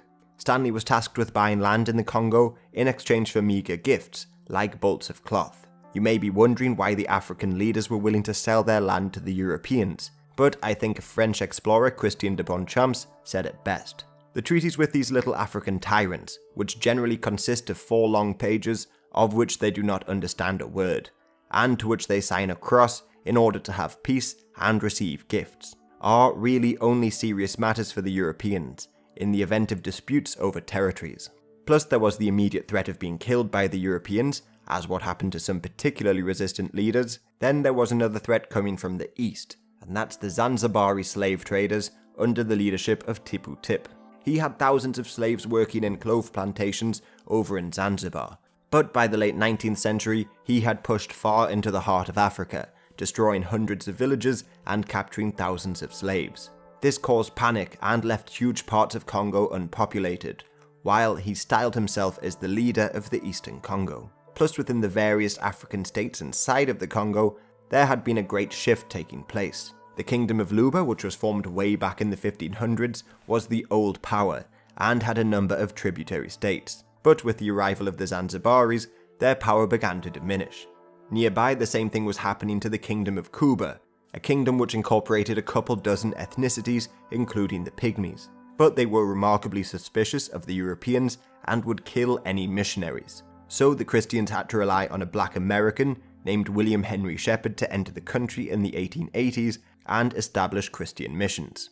Then in the south, the Lunda Kingdom once controlled an expanse of land larger than France. They used to hire the Chokwe people as warriors and hunters, but the Chokwe would break free from their rule, and in the 1880s they took over a lot of the old Lunda Kingdom. The Chokwe, then in power, then began to enslave people and traded with Tipu Tip, the Zanzibari trader. The Chokwe themselves were quite a warring people and fought more wars against the Umbunda people. The Umbunda won this war, but their new power worried another neighbour known as the Luvala. Now the Luvala have some customs that are somewhat unique, as they believe in maternal inheritance. Also, coming of age can be quite intense. For instance, a boy is sent to live in a bush camp for months by himself, while a girl remains in a grass hunt for months, being educated by an older lady. These Luvala people were defeated by the Umbundu. Yet, despite all of these wars between the different groups, they continue to have quite an extensive trading network. This was because only the Ovenbundu, living on the Angolan coast, had direct trade with the Portuguese and Europeans, but they received their goods like wax and rubber from Congo. Therefore, they relied on caravans of people journeying between the states of Umbundu Luvala and other states like Kazembe. Most of these rulers, by the way, would remain in power until the 20th century, and some, like the King of Umbundu, has even been recently restored. Otherwise, below the land of Tipu Tip, there was another new arrival in the area. He was Mziri, and he came from Tanzania. He took a militia west, armed with modern rifles, to carve out a state of his own. He formed an alliance with Tipu Tip to conquer the Kazembe kingdom and kill their king, Umwata Kazembe VIII. He then went on to conquer more villages, and in each of the conquered villages, he'd take for himself a wife. In the end, he had over 500 wives, and these allowed him to form alliances, have a hostage should a rebellion come, and a permanent spy working against their own families. Plus, as he was in the centre of Africa, he traded weapons with the Ovenbundu and Portuguese in the west and the Arabs in the east. Then there was yet another new arrival in the region, and this was Mirambo, whose name literally means corpses, and he was a Nyamwezi warlord that Stanley called the African Bonaparte. Now Mirambo had learned a lot from Shaka Zulu, as the Zulus' expansions in the south pushed people north, and they eventually revealed tactics and information to Mirambo. Then, using these tactics as well as modern firearms, he created a formidable army and also a state for himself. This again was mainly based on the slave and ivory trade, but he would later die in 1884 and his state would disintegrate. So there were 3 powerful warlords decimating the interior of Congo and Tanzania. The states in Angola, Zambia and Congo were all fighting one another, the Belgians and Stanley had arrived on the coast, and then the French also arrived nearby. They arrived just to the north of the Congo River, where the Luango Kingdom ruled. Now they were once probably under the control of the nearby Kingdom of Congo, but had since broken free. The Luango Kingdom were famed cloth producers and exported a great deal to the Europeans, while their neighbours, the Anziku Kingdom, produced a great deal of metal. And metal was so important to the Anziku Kingdom that it was not uncommon for the Teke people who lived there to choose a blacksmith as their chief in times of a succession crisis. Well, the Italian-born Pier Savonian de Brazza began to explore this region, largely using his own funds. Then, in the 1880s, he arrived in the Anziku Kingdom and met King Ilo I, who was willing to put his kingdom under the protection of the French in exchange for the increased trade. Thus, France and Belgium had, within months of one another, set themselves up on different sides of the Congo River. King Ilo I died shortly after making the agreement, but his wife, Ngaliforu, stayed close with the French and would remain so for many years. She was born in the 1860s, but lived into her 90s. So she died in 1956, just a couple years before the Republic of Congo would get their independence. Now this puts the whole colonization of Africa into perspective, as a woman who was old enough to agree to fall under French protection, encouraged her people to fight in 2 world wars, met Charles de Gaulle, and was almost there when the French left. Anyway, Brazza secured a bit of land and created an outpost named Brazzaville, while nearby, Stanley created Leopoldville. The two men would enter into a race in building up their towns in order to become the dominant trading hub. While Brazza himself didn't stay there, he left behind a Senegalese volunteer named Malamine Camara to supervise the city. But all of this was being observed by the Portuguese nearby. Although the Belgians and the French successfully avoided signing any treaties inland claimed by the Portuguese were of course suspicious of new European arrivals. And this wasn't the only area heating up, as back in the north, the British and French were both ruling the financial affairs of the indebted Egyptians. Their ruler Ismail agreed to be a constitutional ruler and had to appoint a prime minister, but he tried to stop paying back debts to the British and French after unpaid soldiers rebelled. So all the Europeans united to force Ismail to resign, and his son Tewfik took over. But Tewfik was not the greatest leader. For instance, he followed the advice of his officers in banning peasants from the military academy. This move was a little motivated by race, as the Egyptian officers, like the Mamluks before them, were largely Circassian, Albanian and the likes. So many Arabs were angered by this, and also the fact that Europeans were controlling Egyptian finances. So they united behind only one of 4 Arab colonels called Ahmed Urabi, and they rebelled. In 1881 they marched on the palace and forced Tewfik to create a nationalistic parliament. The European nations were of course worried by this, especially when foreigners started being attacked on the streets. So the French and British sent ships to Alexandria, but Urabi refused their demands and an anti-Christian riot broke out. The British would later invade alone because, although the French had been calling for war for much longer, they had become distracted elsewhere. As when the great powers met at the end of the Russo-Turkish War of 1877, they more or less pushed the French to take Tunisia, and this was all part of the same negotiations that saw the British take Cyprus.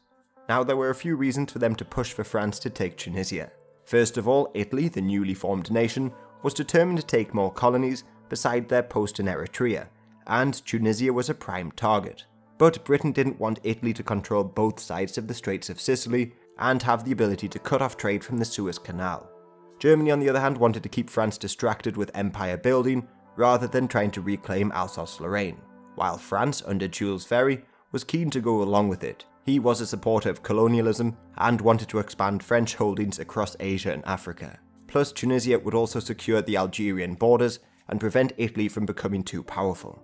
Italy, meanwhile, under Benedetto Cairoli, was encouraging Italian migration to Tunisia, playing a more long-term strategy, and they believed that the British would never allow such a takeover. As for Tunisia, Mohammed III as-Sadiq had ruled since 1859. He attempted to modernize his country, but lacked the funds to do so. Tunisia had, after all, lost a great deal of revenue from piracy.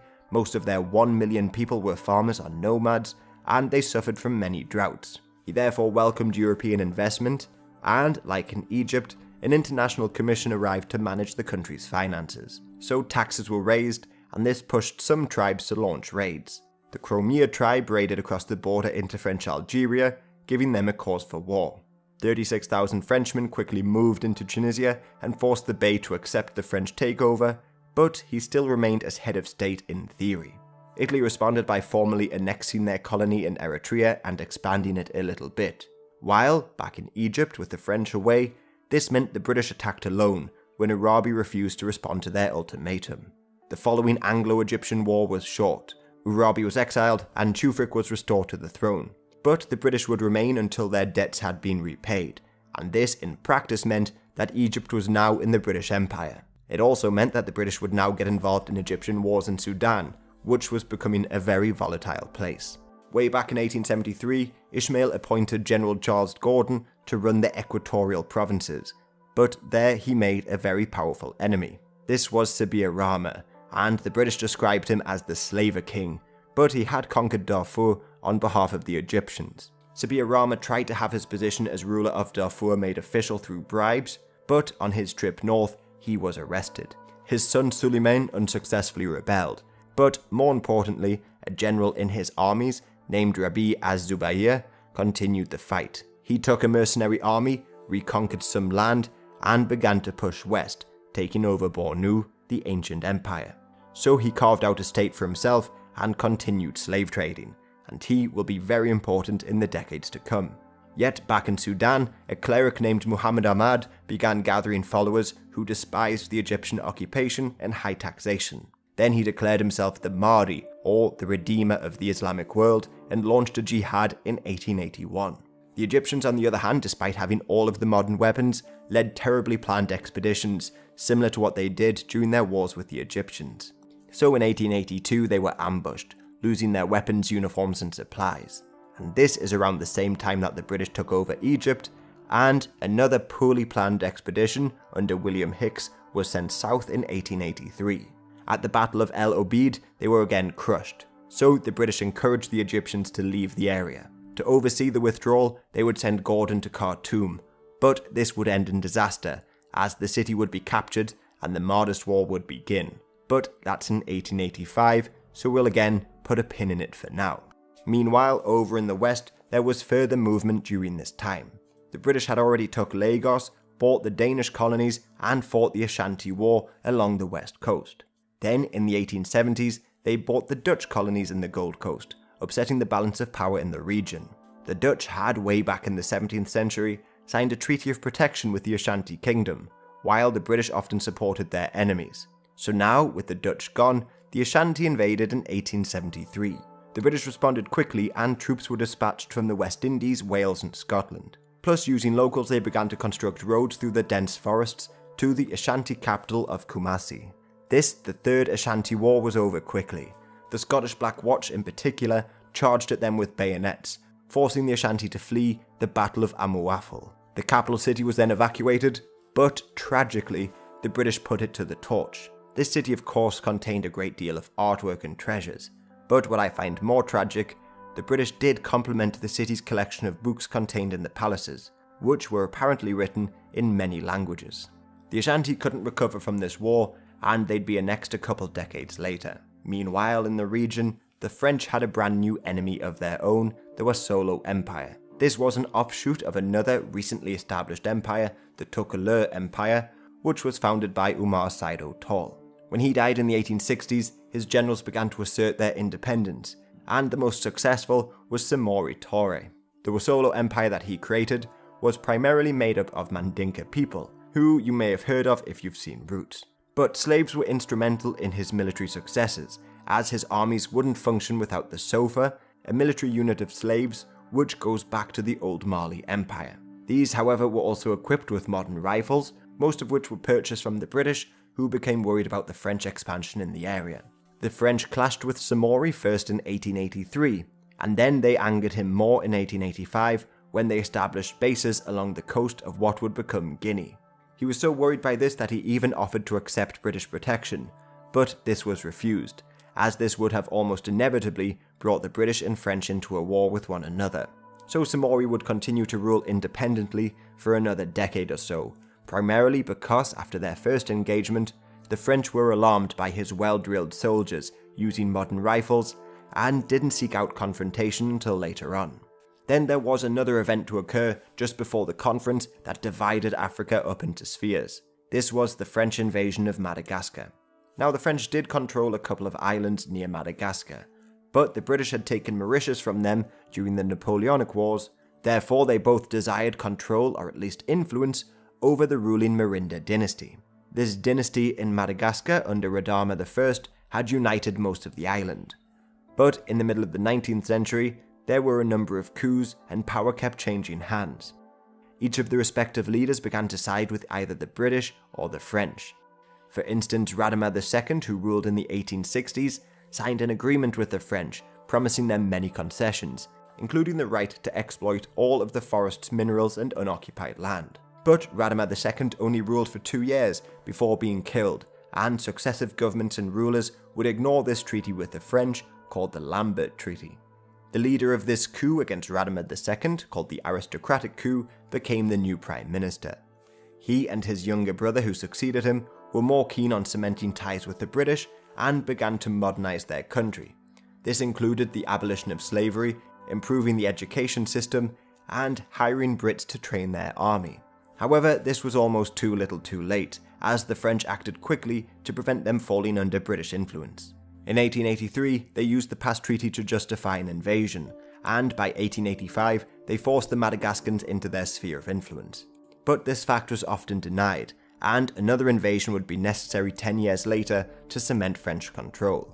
And finally, by 1884, a new colonial power had emerged, and that was Germany. Bismarck had not been interested in the colonial game, preferring to focus on Europe.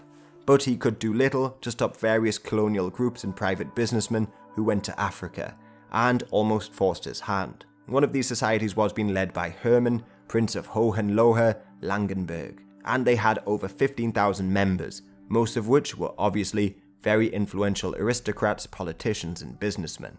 One of them was a merchant named Adolf Luderitz, who went to modern-day Namibia and signed an agreement with Chief Joseph Fredericks II of the Nama people. For £100 in gold and 200 rifles, he purchased a stretch of land far larger than Joseph had anticipated, because in the treaty, they bought 20 German geographical miles, which was closer to 140 kilometers, not the 30 kilometers that Joseph would have thought.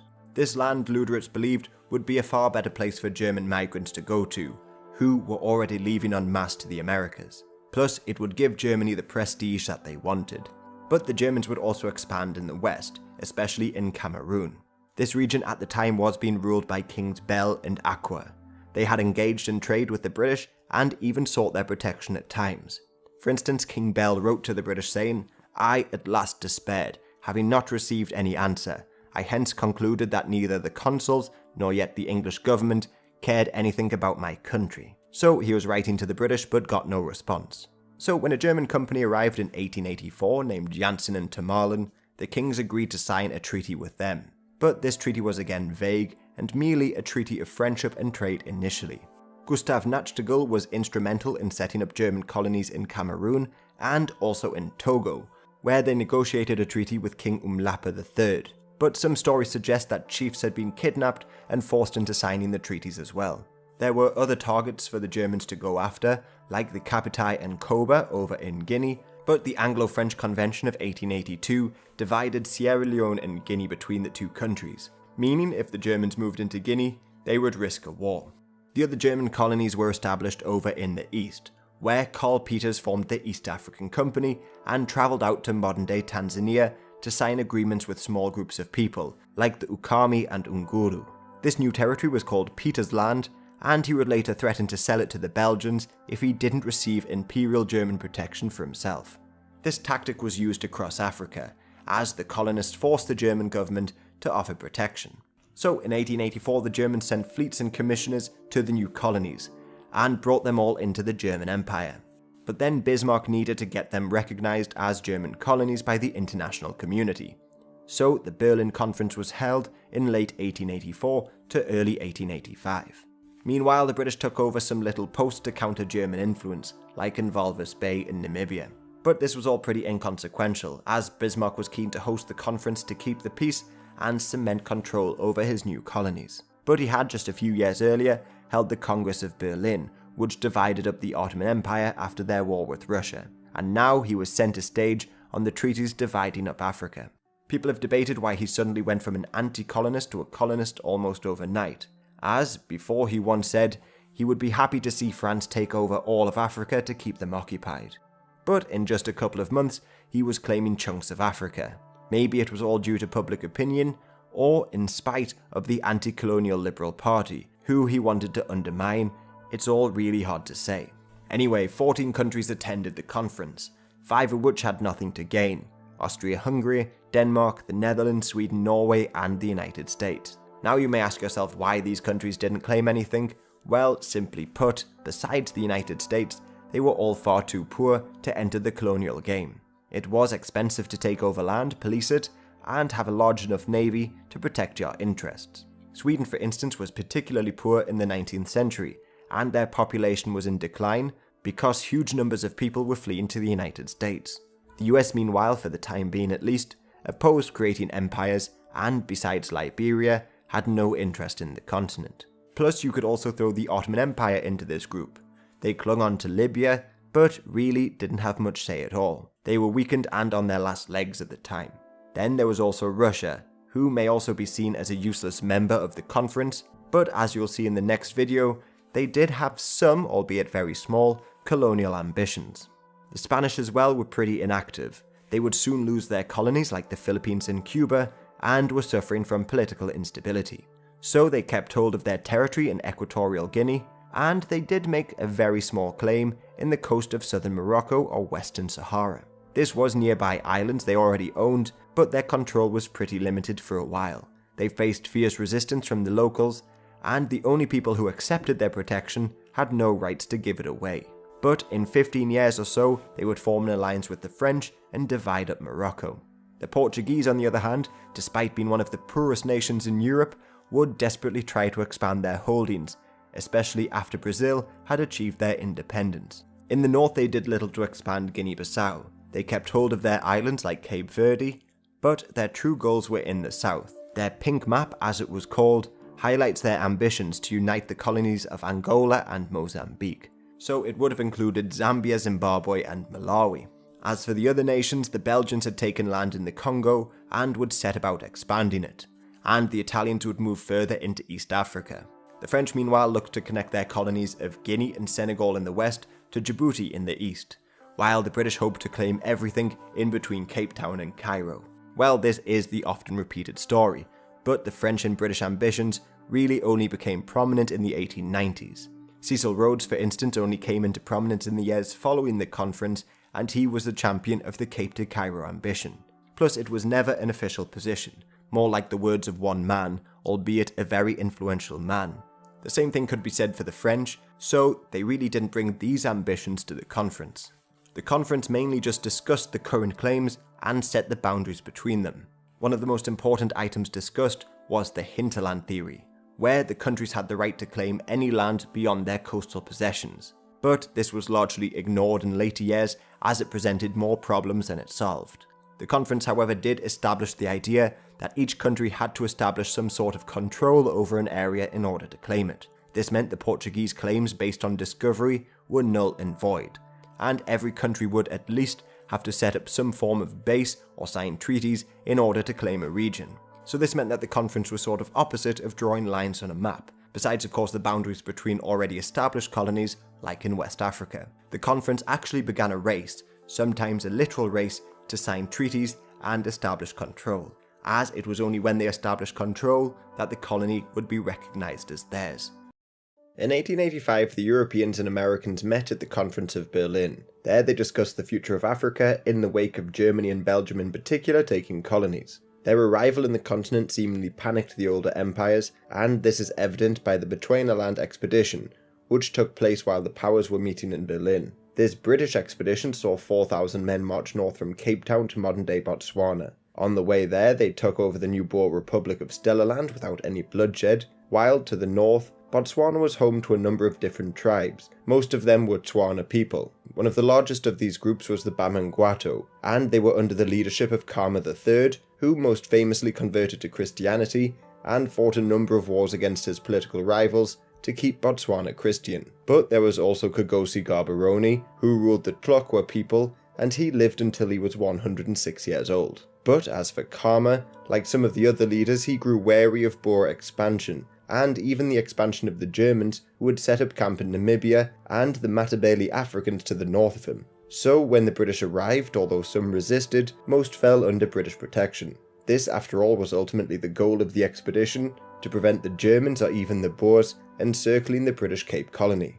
The local rulers in Botswana for the most part kept their position, despite the likes of Cecil Rhodes advocating for complete annexation and incorporation into the Cape Colony. But to the north, in East Africa, the British and Germans were willing to work together and establish spheres of influence through a treaty in 1886. But this land, which would go on to become Tanzania and Kenya, was up until that point controlled by Oman. Under Said bin Sultan, the capital was actually moved from Muscat to Zanzibar, and he expanded his holdings by taking Mombasa in 1837. However, he died in the 1850s, and two of his sons split up the kingdom between Oman and Zanzibar, which was taken over by Mujib bin Said. So Zanzibar was then an independent country ruling over the east coast of Africa. But under Karl Peters, the Germans had already established a protectorate in the hinterland of Tanzania. Plus, the Germans had also signed an agreement with the rulers of Vituland. Now this state had broke away from the Arab rulers who ruled in Zanzibar and became a safe haven for runaway slaves. Incensed by this, the sultans of Zanzibar launched many attacks and slave raids, but this just pushed them into accepting German protection. The new Sultan of Zanzibar, Bargash bin Said, however, refused to accept the loss of his mainland territories. But he died in 1888, and his brother, Khalifa bin Said, was all too happy to acknowledge European control, especially as there were British and German ships in the area. This takeover, however, wasn't peaceful though, as both Swahili people and Arabs united behind a man named Abu Shiri and rebelled. But the Germans had already formed the Schutztruppe, a force made up of Africans, otherwise known as the Ashkari, and they helped quell this rebellion. Yet I hesitate to say local Africans, because many of the soldiers active in this campaign were employed from as far away as Egypt or across the border in Portuguese Mozambique. So now the British and Germans were expanding in South and East Africa, but further north still, along the coast of Somalia, the British also made claims around the same time. Now, the last time I mentioned Somalia, there was the Adal and Adjuran Sultanates, but they had long gone.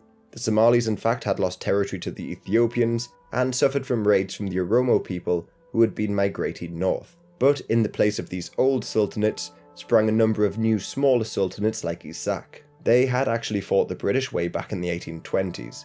At that time, the British were active in the Red Sea and Persian Gulf and forced the leaders of what would become the UAE under their protection after the Persian Gulf campaign. But while one of their ships was docked in the important trading city of Berbera, the locals attacked and killed them, prompting a blockade and assault on the city. Then, as would be the case with most of these Somali sultanates, there was infighting, clan disputes and fracturing. Many of these Somali clans, like the Ogaden, now lay outside of what would become Somalia, while inside the country, many of the clan disputes remain. For instance, in the 20th century, President Bara and his Darod clan committed genocide against the Isak tribe of the north. So in the late 19th century, there were a lot of new sultanates springing up. For instance, the Habia Yunus Sultanate would eventually break off from the larger Isak Sultanate.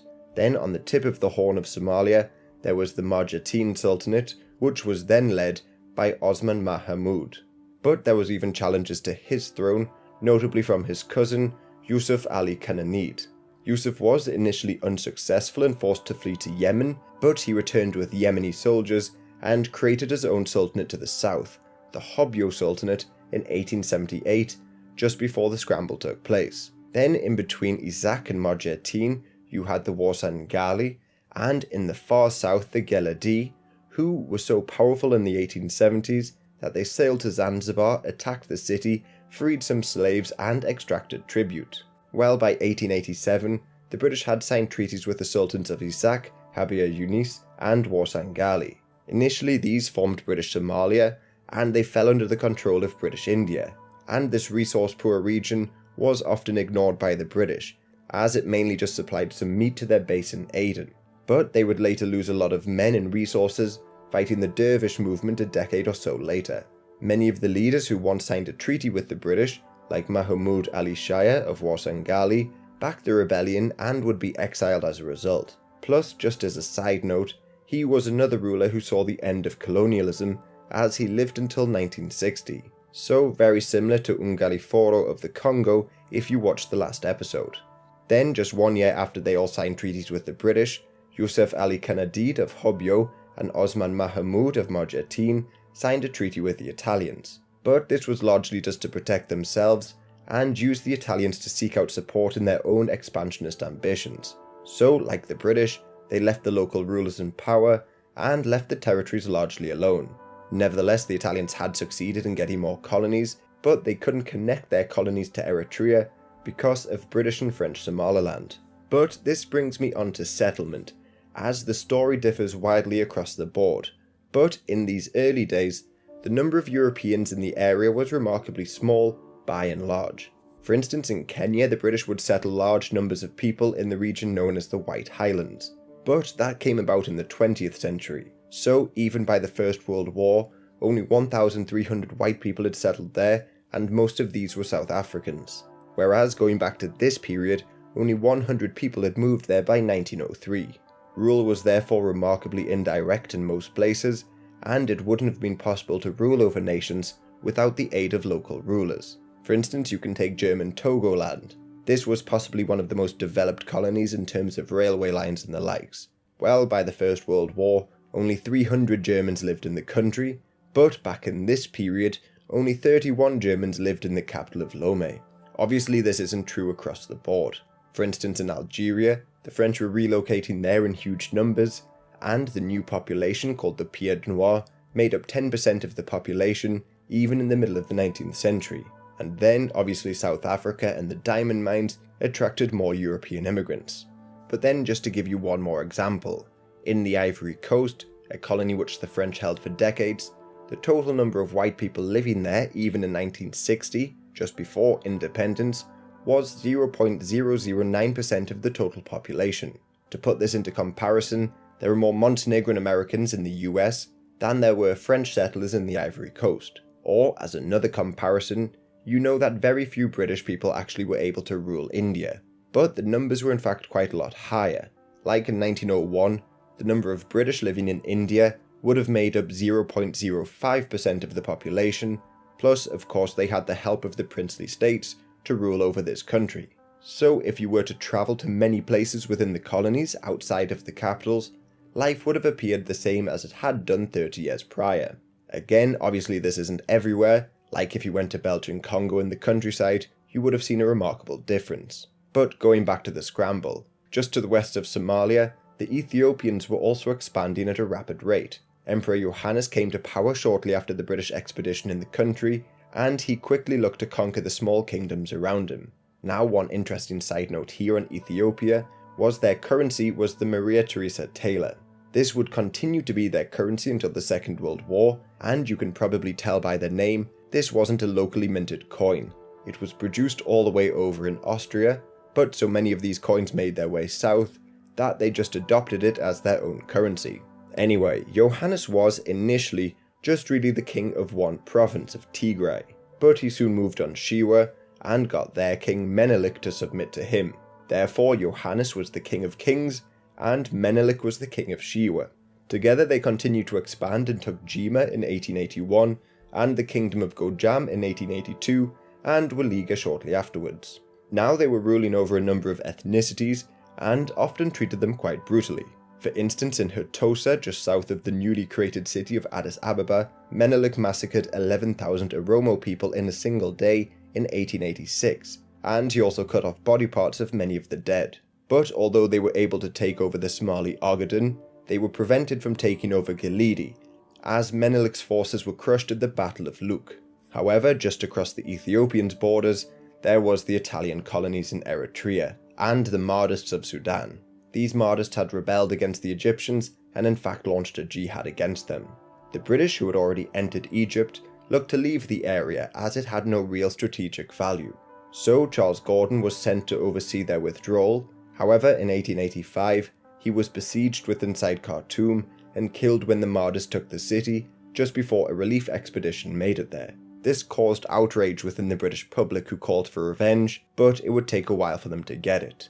However, after Khartoum fell, Equatoria had been cut off from the north, and their governor was trapped behind enemy lines. He was Emin Pasha, an Ottoman doctor, who had hoped that the British would fully annex the region, but it was rejected. So a Scottish businessman named William Mackinnon pushed to send Henry Morton Stanley on an expedition to find him. But this Emin Pasha relief expedition was a colonial pursuit. Mackinnon himself was the owner of a shipping company which dominated trade around the Indian Ocean. Plus, he would later create the East Africa Company, looking to expand British control as far inland as Uganda. Furthermore, Stanley was still employed by Leopold II, who agreed to release him from his contract in exchange for taking a longer route to Equatoria, travelling on Belgian steamers through land he would later look to expand into. To the public though, this was not a military expedition, it was just a humanitarian one. However, during this expedition, a number of atrocities were committed, with one member in particular named William Stairs killing people at random. However, also Edmund Musgrave Bartelott was another person who would randomly beat and kill people, and apparently he descended into some sort of madness and believed he was being poisoned. But he also had a history of killing, as he had killed a Yemeni man for a minor indiscretion while on the campaign to relieve the siege of Khartoum. Then there was the Irish heir to the Jameson Whiskey Company, James Sligo Jameson, who bought a 10-year-old girl to sell to cannibals in order to sketch the ordeal and write about it. All of these people were also still open to buying slaves from Tipu Tip and the Arab slavers, or capturing their own en route. Their exploration into the region opened up Congo and even Uganda to the Europeans, decimated the local population through disease and murder, and, importantly, expanded Belgian rule. This is because Stanley met with Tipu Tip and persuaded him to accept Belgian rule and divert trade to the Atlantic rather than the Indian Ocean. And it should also be said that they found Emin Pasha. But back in Sudan, the Mahdist uprising made Massawa a major issue. This was owned by Egypt before the rebellion, but the British signed an agreement with the Ethiopians, the Hewitt Treaty, giving them permission to move in and turn Massawa into a free port. Plus, this would also have stopped the French from taking it. However, in 1885, the Italians moved into the city, also with British approval, but the Ethiopians could do very little about it now, as their situation was becoming more volatile. The new leader of the Mahdi, Al-Khalifa, invaded the country and sacked Gondar in 1887. The same year, the Italians moved on Dongali near Massawa, and although this small invasion force was driven back, the Italians entered into an alliance with Menelik, who in turn formed an alliance with the king of Gojam. So Johannes had Mahdists, Italians, Shiwa and Gojam against him. Plus he also had the occasional raid from the Dervish in Somalia. And Johannes would die in the Battle of Galabat against the Mahdists in 1889, allowing Menelik to come to the throne. The Mahdists, however, could do very little with their victory, as they were now on their last legs and they had lost far too many men in different campaigns. They also had enemies on all sides, and they would later come into conflict against the Italians and even the Belgians. As for Menelik, he signed a treaty of friendship and trade with the Italians, the Treaty of Wuchali. But the translation of this treaty caused some problems, as the Italian version stated that Ethiopia was obliged to conduct their foreign affairs through Italy, essentially making it a protectorate, whereas the translated version said that they just had the choice to do that. This misunderstanding would eventually lead to the Italo-Ethiopian War a few years later, but fortunately for the Ethiopians, they had a strange ally of sorts in the Russians. And the Russians I've not really mentioned because they're not really a likely contender to enter the colonial race. They were bogged down with controlling the likes of Poland, expanding into Central Asia, and they had a relatively small navy. Plus, by really any metric, their wealth was comparable to Italy, but with a far larger population. However, there was a very small attempt to create a colony in Djibouti, a pretty poor choice of location as the French were already in the area.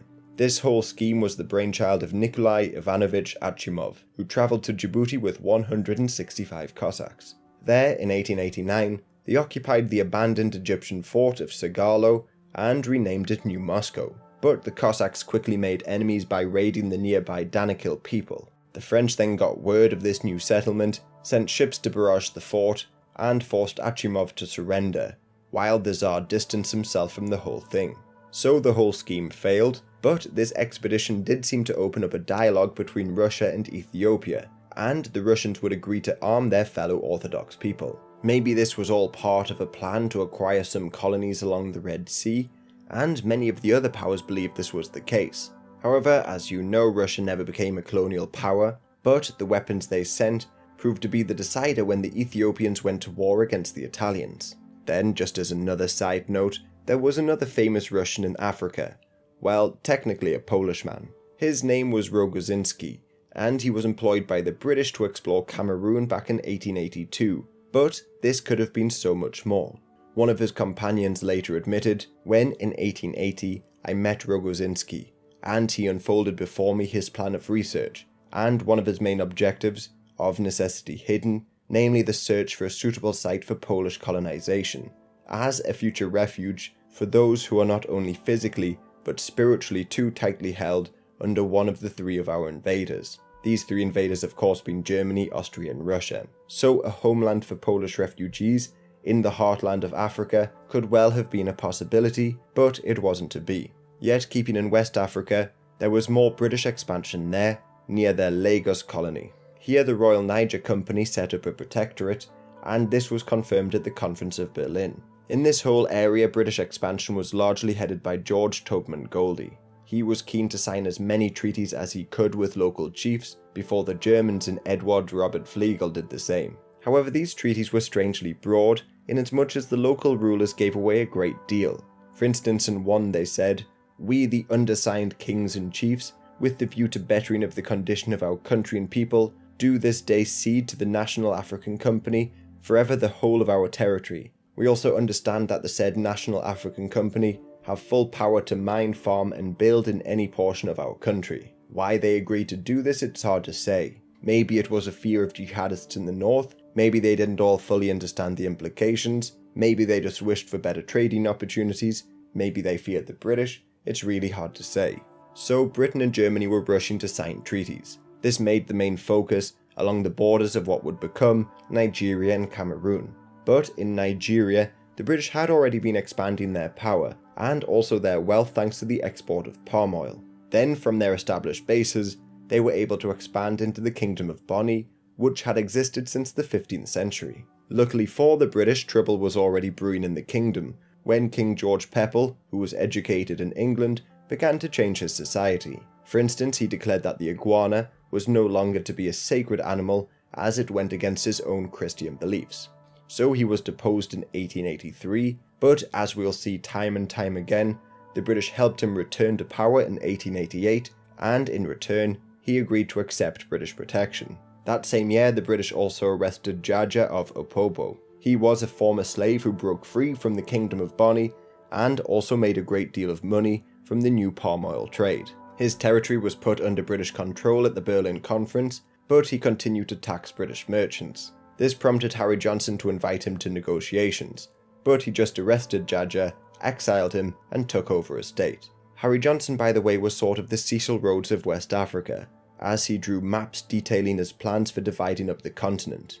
He hoped to connect Nigeria and Sierra Leone to Kenya and Egypt, and this just shows how uncoordinated the whole scramble was. Plus, in 1886, he envisioned Germany taking Somalia and Ethiopia, Britain moving into the Arabian Peninsula, and Portugal connecting their colonies in the south. Yet, he did correctly predict the Italians would take Libya decades before they did.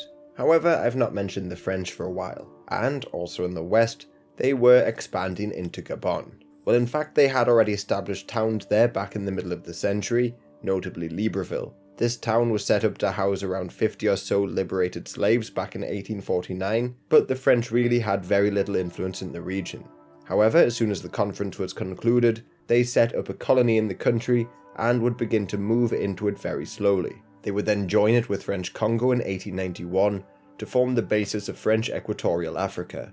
They then tried to swiftly expand north from there through northern Congo and into Nigeria, as Antoine Mizon was sent on an expedition in 1890. But his arrival in Nigeria was met with anger by the British. So the French withdrew, allowing British Nigeria and German Cameroon to later expand inland. To the south of French Gabon, the once powerful Kingdom of Congo was just a rump state at this point, and constantly in civil war. So King Pedro V accepted Portuguese protection in 1888 and used their help in cementing his control. But Congo would later rebel in 1914, and the kingdom would just be wiped off the map.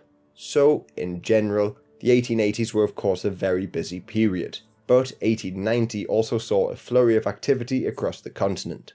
Keeping in the west, the French went to war against Dahomey. This came about in the aftermath of King Glieli's death in 1889. He had agreed to hand Cotonou, a newly built fort and village, over to the French. This is now the largest city in Benin, but the capital remains Porto Novo, which became a French protectorate back in the 1860s. As for Glieli, he, like many of his countrymen, practiced Vodun, which was brought across the Atlantic and developed into voodoo in Haiti and New Orleans. Well, when he died, Behanzin, his son, took the throne. He was far more reluctant to deal with the Europeans and hoped to reassert Dahomey's influence across the country. So he began to raid Porto Novo. So the French, the protectors of the city, sent a small force to meet the Dahomey army at the Battle of Achukpa.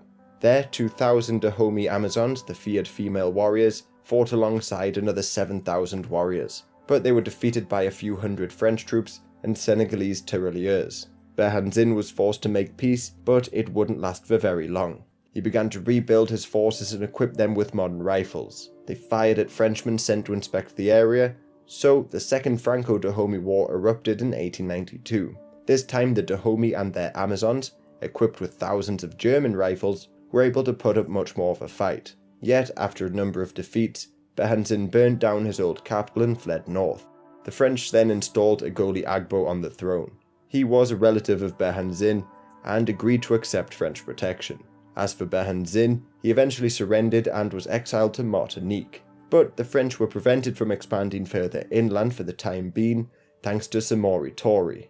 His Wassoulou Empire had been battling against the French since the 1870s, and they had even approached the British to fall under their protection. The British rejected this, but they did sell him weapons, which he used against the French, and drove back their numerous expeditions throughout the 1880s. By this point he had an army of 30,000 men, most of which were well trained, and he held off the colonizers until the late 1890s. But the French at this time probably launched the most bold attempts to conquer huge amounts of land. For instance, there was the Flatters expedition of 1890. There they tried to march from Algeria through the Sahara and into West Africa, but this was a complete failure and they were killed by Tuaregs. Eugene Bonnier suffered a similar fate outside Timbuktu when the French took over it. But this expedition was far more successful, as in 1894 the French were able to raise their flag over this once powerful city. But by now there were only around 4,000 inhabitants. It was stuck in the Sahara behind French enemies with no railroad links. The Germans, on the other hand, were having a bit of a harder time colonizing areas in the 1890s. For starters, over in East Africa, although the British were able to expand in Kenya quite quickly, the Germans were met with resistance in Tanzania. From 1891 they had to fight the Hihi people, who were being led by Chief Mkwawa. Eventually tribes turned against the Hihi and backed the Germans, so Mkwawa committed suicide years later. But further rebellions broke out in the region in the years to come. Meanwhile, in the west, the leaders of Bafut, a small town in Cameroon, killed a couple of German messengers who were demanding ivory. The Germans responded by burning down their towns, but lost a good deal of men in ambushes. Also, this really did little to end the power of Bafut, because just like in Tanzania, they would need to go to war against them again.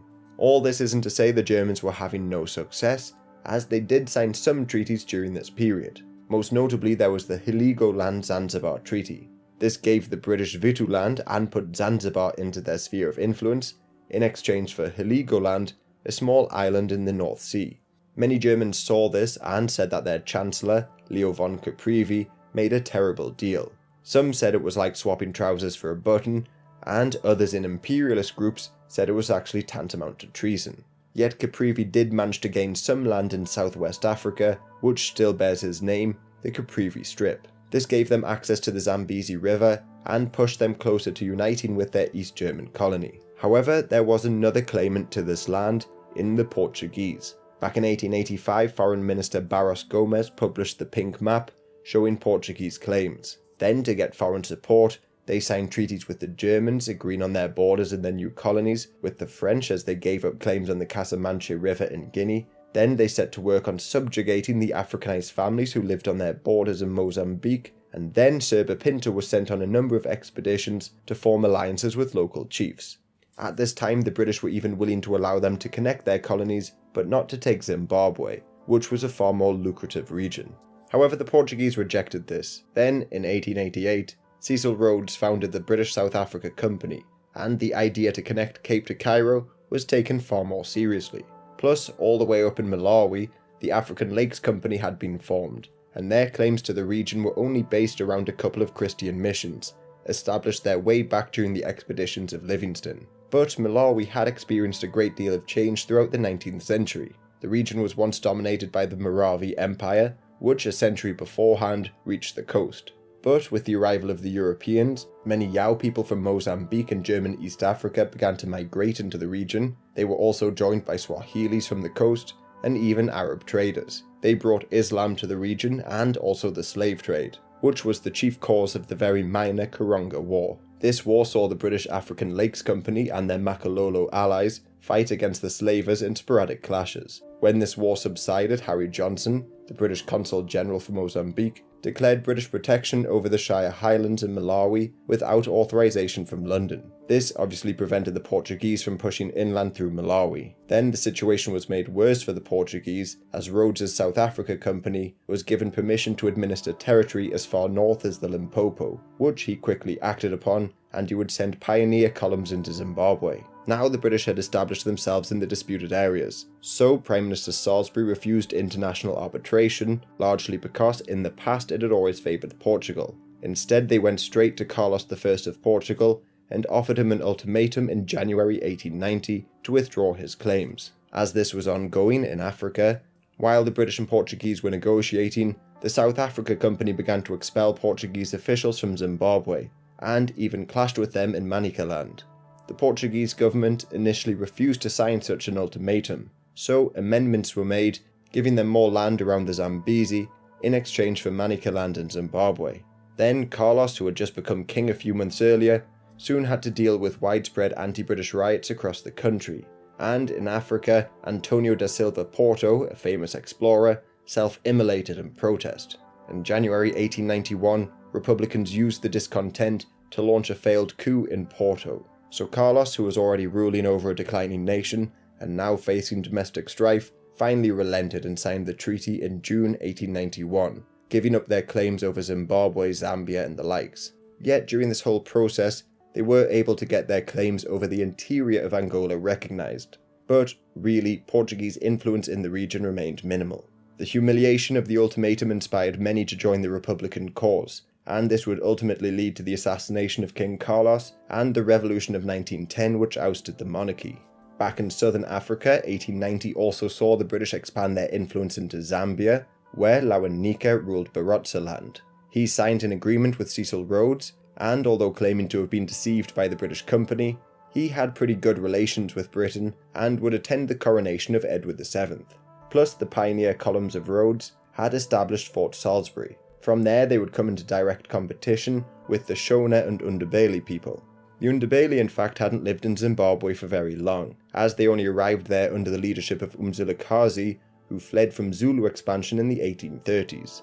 On their arrival, they began to fight with the Shona people, the people who had built Great Zimbabwe and formed kingdoms like Mutapa. By this point, the Ndebele people were being led by Lobengula. He initially signed agreements with the British, and even gave them the Tati Concessions land in exchange for weapons. But many of his own vassals began to break away from him and seek the protection of the white settlers. So to assert his authority, he launched raids on these breakaway people. But this gave the British South Africa Company a cause for war, even though Lobengula made sure no white person was killed in these raids. This war, the First Matabele War, broke out in 1893. Khama III, Britain's ally over in Botswana, sent troops to aid in the conflict, as, equipped with Maxim guns, they decimated their opponents and took over the region. The region would be named in honour of Rhodes, but British rule was challenged almost immediately, when the Second Matabele War erupted in 1896. This began when Umlimo, a religious leader, began to whip up support to chase the British out of Bulawayo and the region in general. Like many religious leaders, like even the Boxers in China, he promised his followers near certain victory, because he could turn bullets to water and cannonballs to eggs. He then marched on Bulawayo, but the British were under the command of people like Frederick Sealers, the famous big game hunter. They were able to break the siege and chase the underbelly into the countryside. Plus, among the British troops, there was Robert Baden-Powell, and his experience during the war was instrumental in him creating the Scout movement. But Baden-Powell was accused of illegally killing Chief Uwini, who was promised clemency if he surrendered. And he was also involved in possibly one of the most daring plans to end a war, the assassination of Umlimo. Although not an active participant, he helped two men in this task, Frederick Russell Burnham and Bonar Armstrong.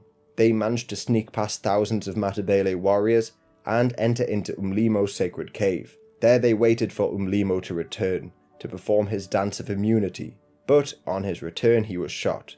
The assassins were then able to flee the cave, jump onto their nearby horses, and flee the pursuing warriors. This put an end to the war, and on Burnham, he had a pretty interesting life, as he was born on a Sioux reservation, learned many skills from them, and would become the father of American scouting. So the fathers of British and American scouting were present during these Matabele wars. While all of this was going on, from Malawi, then known as Nyasa land, Alfred Sharp set off on an expedition to Katanga.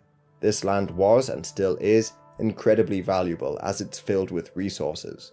But importantly to Britain, it was crucial that they secure it if they ever wanted to connect Cape Town to Cairo. He hoped to meet with Msiri and get him to accept British protection. But Msiri, according to many, was a cruel leader, who left stretches of the region depopulated and came up with cruel ways to kill people, like burying them up to their necks in the ground. So he wasn't going to give away his authority and would never give up the lucrative slave trade. But unfortunately for Msiri, King Leopold also sent William Stairs to Katanga a year later. He had already slaughtered Africans for no reason during the Emin Pasha relief expedition, and now he was in command. Once again his men killed many people for no reason, including Msiri. With his death, Katanga was then brought under Belgian control. But the Belgians also entered into a war with the Zanzibar slavers, who occupied the eastern parts of Congo. Now, in the middle of Britain and Belgium, there was the Kazembe people of northern Zambia. Although the British did dispatch a number of people to try and convert their king, and convince him to fall under their influence, they were all rejected. Mwata Kazembe X even met with Sharp, the same man who failed to convince Msiri, and although he got some mining concessions in the resource-rich region, again Sharp largely failed. It wouldn't really be until the end of the century that Kazembe was forced into accepting British protection. But just on Belgian Congo, in years gone by they were willing to accept Tipu Tip, the famous slaver, to control large sections of their country on their behalf. However, when Belgian power began to grow, they were determined to assert their dominance. Plus, one slaver named Rumaliza saw Tipu Tip's dealings with the Belgians as treasonous and refused to fly the Belgian flag. He would often continue to fly the Zanzibari red flag, or sometimes even the German or British flag, hoping to accept their protection. Rumaliza then carved out a piece of land for himself around Ujiji in Tanzania, the same place that Livingstone first met Stanley decades ago. He also began to grow suspicious of Belgian missionaries, especially those who tried to end the slave trade.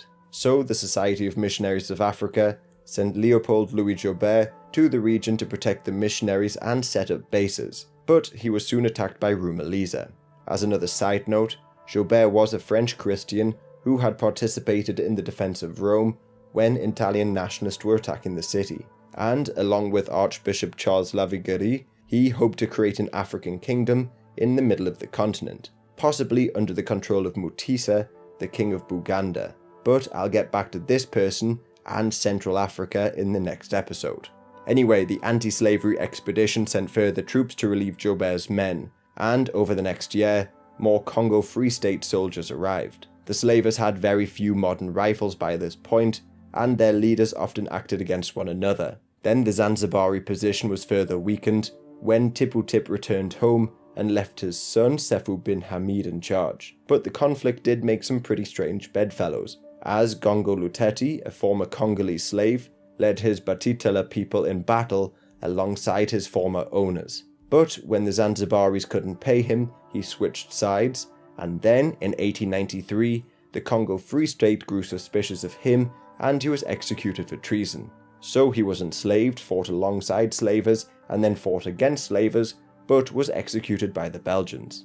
Eventually the Belgians and the abolitionist forces, along with their Congolese allies, gained the advantage. They completely destroyed the town of Unyangwa, an important centre of the slave trade, and killed Sefu bin Hamid in battle in 1893.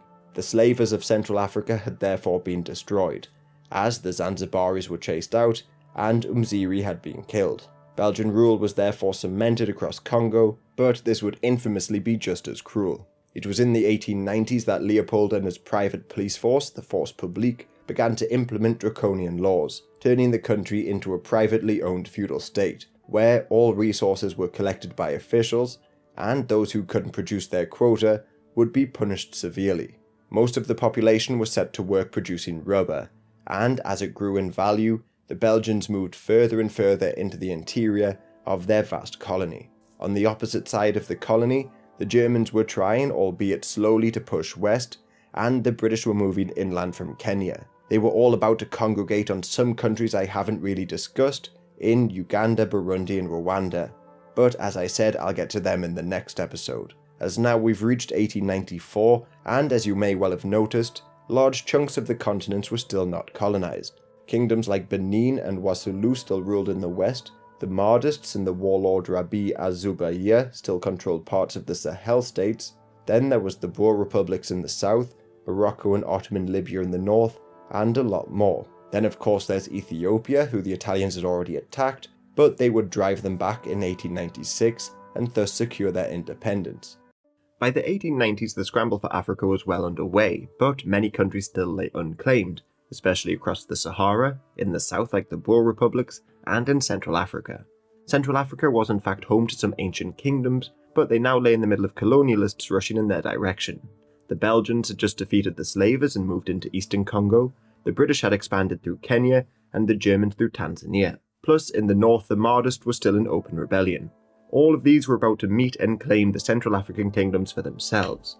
As for the locals, let's start with Uganda. This was the location of a number of kingdoms like Bunyoro, Toro, Busogo and Ankoli. But the most powerful during the 19th century was Buganda. These kingdoms go back hundreds of years. Bunyoro, for instance, dates back to the 14th century, and it used to be the most dominant kingdom. But by the 19th century, they lost a great deal of power to Buganda. From the middle of the 19th century, the kingdom of Buganda was ruled by Mutiza, a man that the French and Belgian missionaries wanted to rule over a Christian kingdom. But he was not a Christian. He kept to his traditional religion despite Muslims, Protestants and Catholics all attempting to convert him. In fact, many of the rulers here refused to allow foreigners into their country or meddle in their affairs. For instance, Karabiga, the king of Bunyoro, fought back Sir Samuel White Baker back in 1872. Baker had been tasked to explore and hopefully annex parts of Uganda on behalf of the Egyptians, but most of his men, who were actually convicts, deserted him and the whole thing was a disaster. While in Buganda, when Mutiza died, his son Mwanga II began to persecute anybody who had converted. Yet, by now, his court and country were filled with converts, either Protestant, Catholic or Muslim, and all of them vied for power. He even killed the first Anglican Archbishop of East Africa, James Hannington, in 1885, and burnt some Catholic converts alive in 1886. This encouraged the British to lend their support to rebel Christians and Muslims.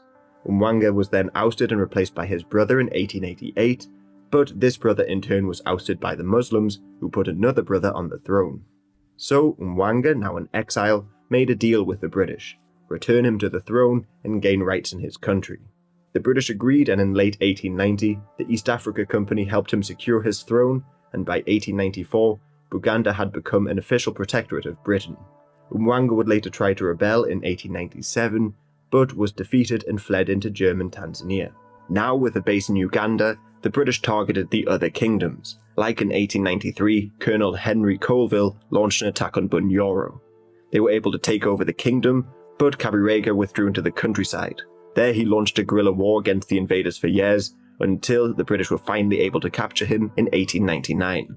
To the south of Uganda there is Rwanda, which was ruled for most of the 19th century by Kigeli IV.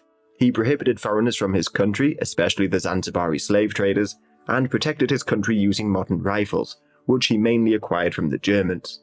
The Germans did manage to enter his kingdom in 1893 when Count von Gotzen led an expedition west, trying to assert control over Tanzania and beyond. But Rwanda remained independent. Kigeli even managed to expand the borders of his kingdom a bit, but in doing so, he is credited with worsening the relations between the Tutsi and the Hutus. This is because the Tutsis were given higher positions, and in later years, the Europeans would make this division even worse, and eventually this would boil over into genocide in the 20th century. Then when he died, the country was thrown into chaos.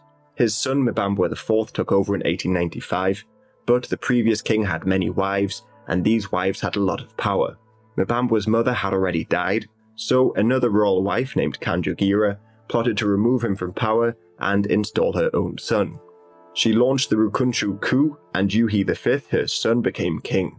The new royals accepted German protection and their help in cementing their control over the country during this time of chaos, and thus another country had lost their independence.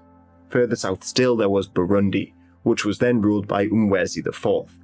He was another long-reigning monarch, ruling from 1852, and again another ruler who had successfully defended his nation from slavers and colonizers for years. Like in 1884, he defeated the slaver Rumaliza in battle. Yet again his downfall came from within, as some like Nanga Makoko allied themselves with the Germans in a bid for power. Faced with rebellion, Umwezi also accepted German protection in 1890 in exchange for them helping him remain in power. So all the Central African nations had fallen under European control, but, like elsewhere, their old monarchies remained. However, just before we reach 1895, there were a couple more conflicts in Africa to highlight. Firstly, the Spanish in Melilla were attacked by a group of tribesmen known as Riffians. This was carried out after the Spanish began to improve their fortifications in the region, which they had owned for hundreds of years. Then, despite some aid from the Moroccans under Hassan I, the Riffians were promptly defeated and the Spanish expanded their base in northern Morocco. But the Rif tribes would be a problem for the Spanish in the decades to come. Meanwhile, in the south of Morocco, or Spanish Sahara, they had established a base in the Rio de Oro Peninsula. There they appointed Emilio Bonelli as governor, but their expansion was hindered due to the Sawari tribesmen. Otherwise, there's just one final conflict to mention, the French invasion of Madagascar. Now, if you watched the last episode, you would have seen that the French had already invaded Madagascar and forced their Merina dynasty to accept their protection way back in 1885. But the terms of the treaty were vague, and the Madagascan Prime Minister and his queen, Ranavalona III, refused to accept their loss of sovereignty. Diplomatic relations were subsequently broke off, and in 1894 the French invaded. Disease took the lives of more Frenchmen than battles did, as they marched inland and forced the Queen to surrender instead of having her royal palace bombarded with artillery. But the government of Madagascar really couldn't do much to defend their island in the first place.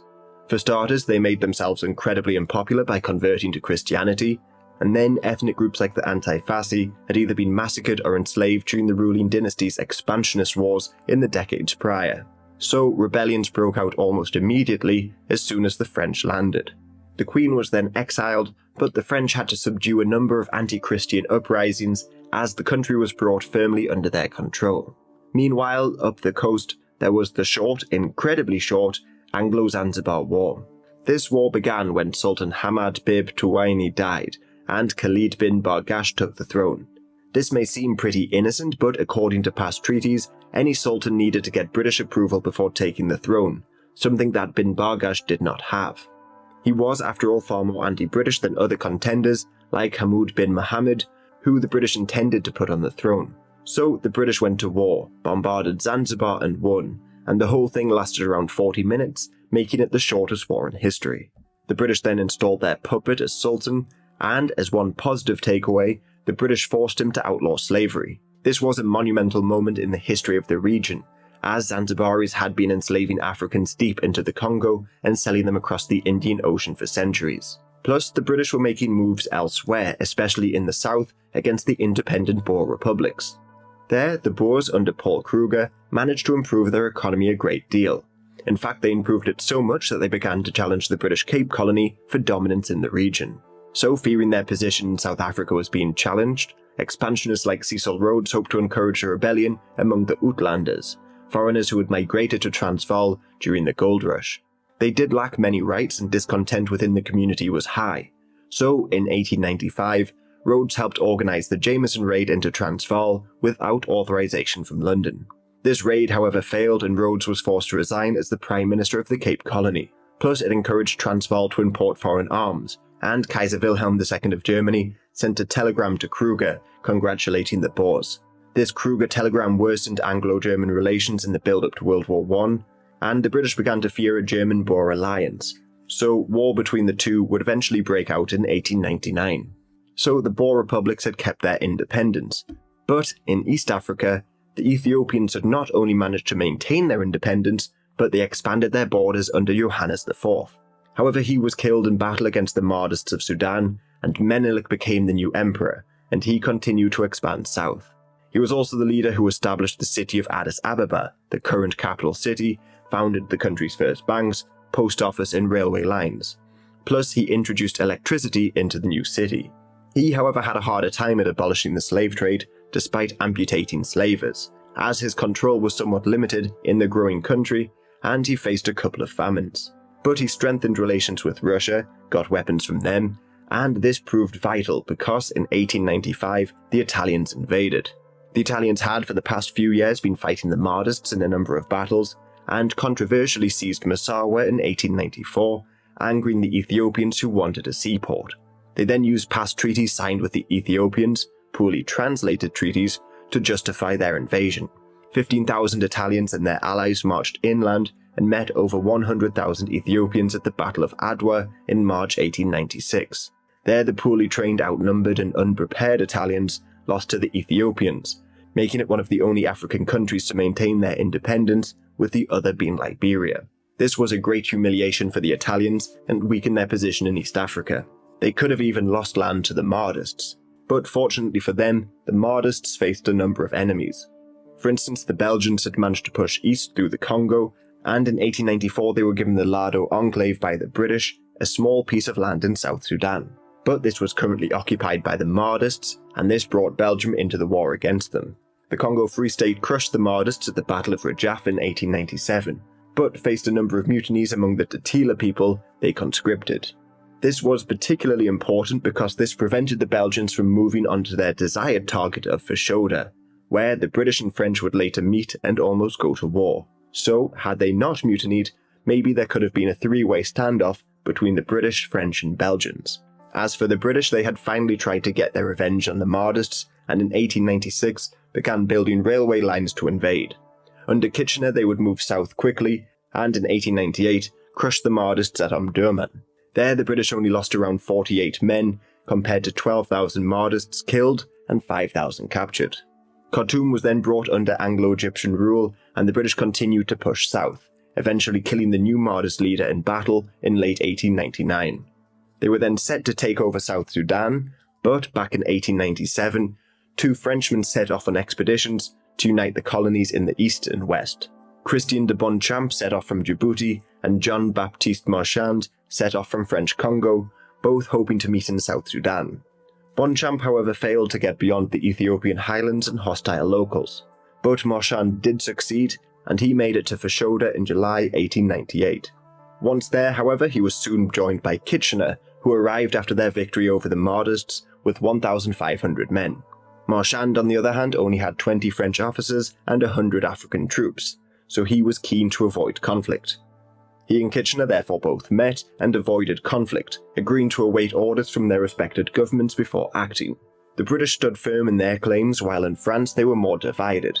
For instance, some saw Germany as the major enemy, and didn't want to antagonize a potential ally in their future war against the Germans.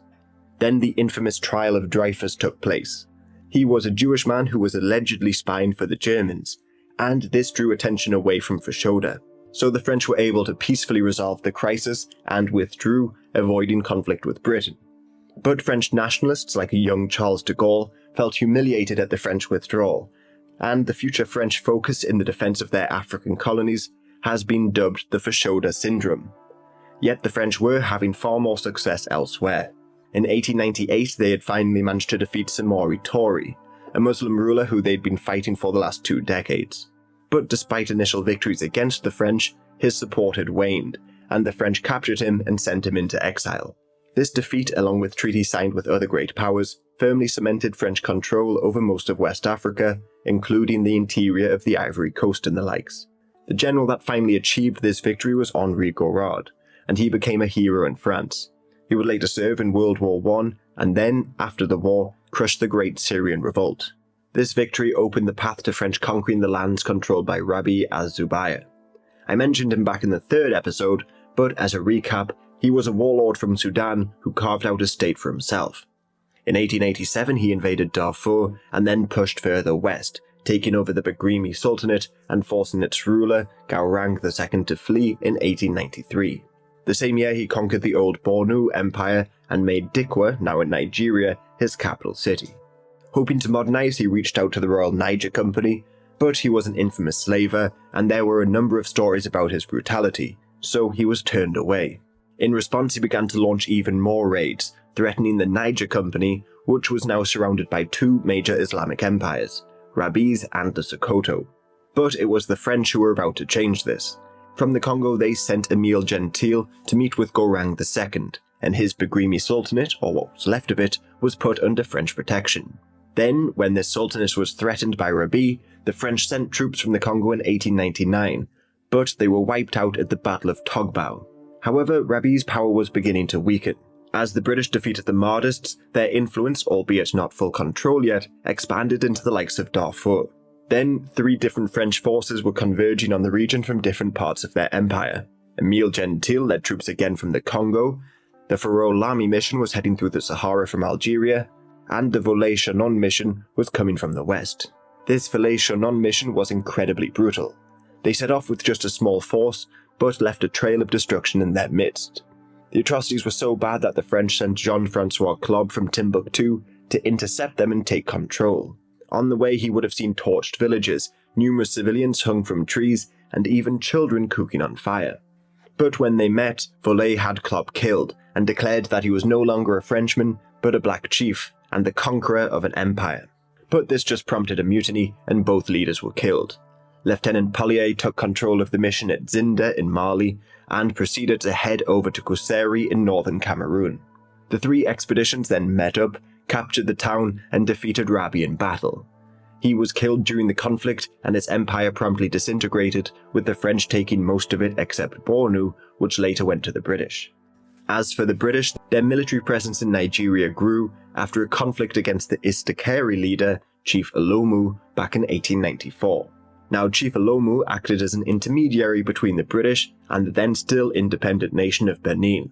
But when Olomu tried to expand his holdings, the British captured him and took his lands.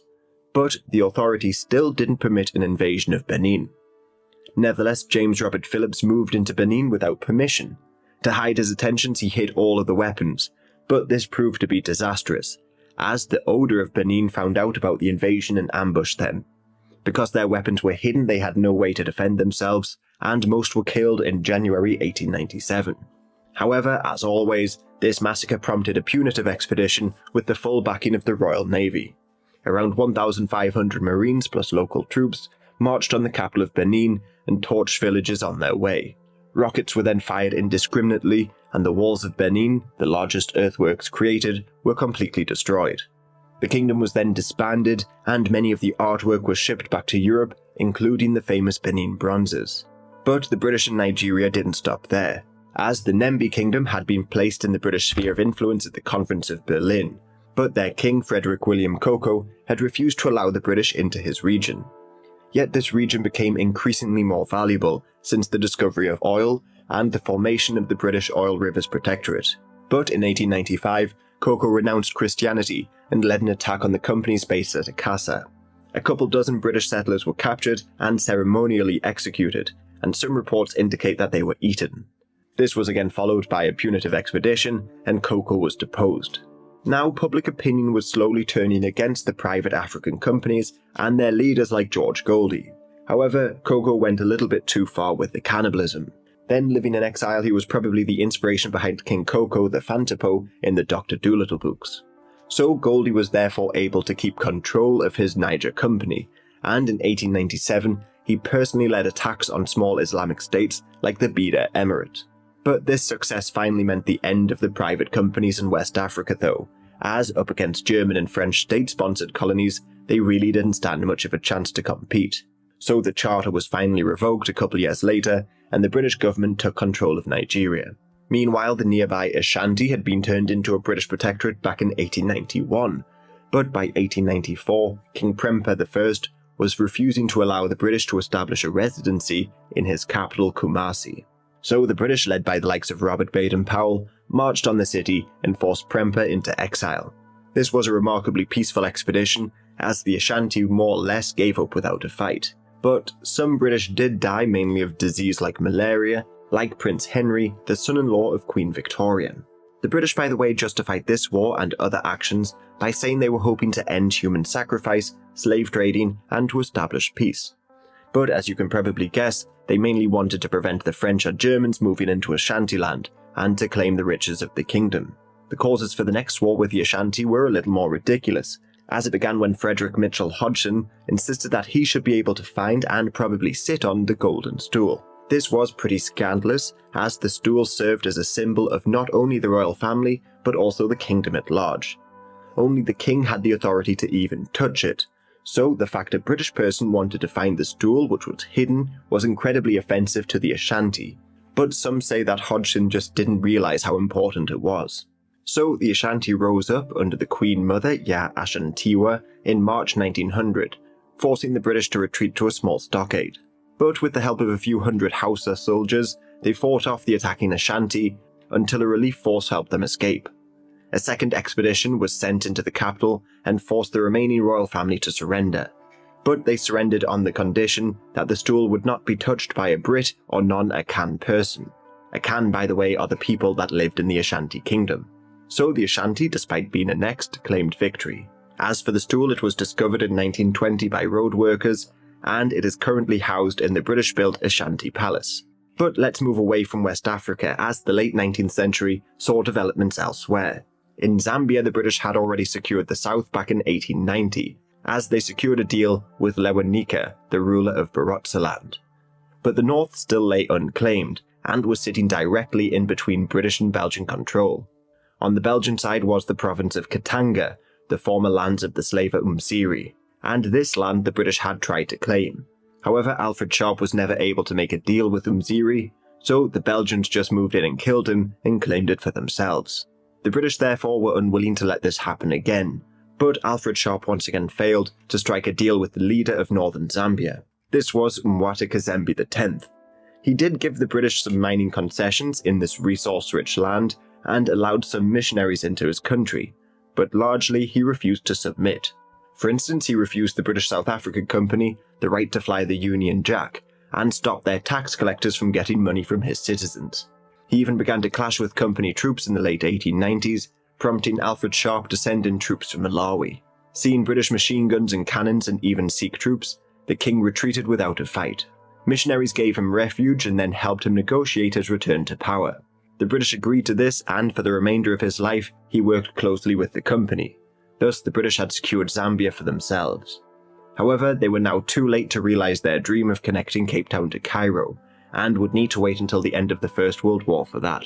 Otherwise, also in the late 1890s over in Somalia, the Dervish movement had begun, and this would continue until the 1920s. Somalia, to recap, was one of the first countries to be brought into European spheres at the beginning of the scramble. But European control was limited. The Italians, British and French had just signed deals with local rulers and largely allowed them to govern independently. They also made deals with each other over the borders, like allowing Italian Eritrea to expand. Plus, the borders between Britain and Ethiopia were cemented late in the century, but controversially, the Ethiopians were given Ogaden. This region is made up mainly of Somalis and is a source of hostility between the two nations still today.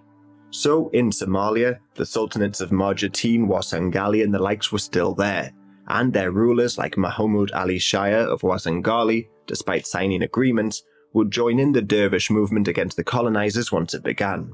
The whole rebellion was started by a Sufi poet, Muhammad Abdullah Hassan. After traveling to Mecca, he was inspired to return home and remove the Western and Christian presence from his homeland. Think almost like the Mahdi rebellion in Sudan, as he launched a religious war against colonizers. There were in fact quite a few similar movements popping up across the Muslim world. For instance, there were jihadi states in the west, and in the north, Hassan had connections with the Sunusi order, which I'll discuss in the next episode. By using religious rhetoric, he did something that had almost been impossible just a few years prior. He had united the warring Somali tribes into a powerful fighting force, one which wanted to rid the region of Christians. as he said the Europeans were converting their children and made our children their children. Around 6,000 men joined him as he first attacked the Ethiopians and secured their first victory. Then he began launching attacks on British Somaliland, and he was dubbed the Mad Mullah by the British press. However, it would take the British to use planes after World War I to finally crush the uprising. This was largely because of the mobility of the dervish fighters. Their ranks were filled with pastoral horsemen, so whenever their territory was overwhelmed by the British or Italians, they could just pick up, move, and establish a new base somewhere else. Meanwhile, they were being supported by the local sultans, who wanted to claim back their independence, sympathizers in Sudan, and even, allegedly, the Ottoman Empire. This wasn't even the only rebellion going on in Somalia, as in the south in Italian Somaliland, there was the Banadir resistance. This was led by the Bimal clan and began years earlier. Plus, it would actually last a little longer than the dervish movement. Although it was largely clan-based, they too used religious rhetoric to stir up the population, often through poetry. One poem ended, "Those who resist are heaven-bound, those who submit can stay home in hell where they belong." So poets were influential in both rebellions.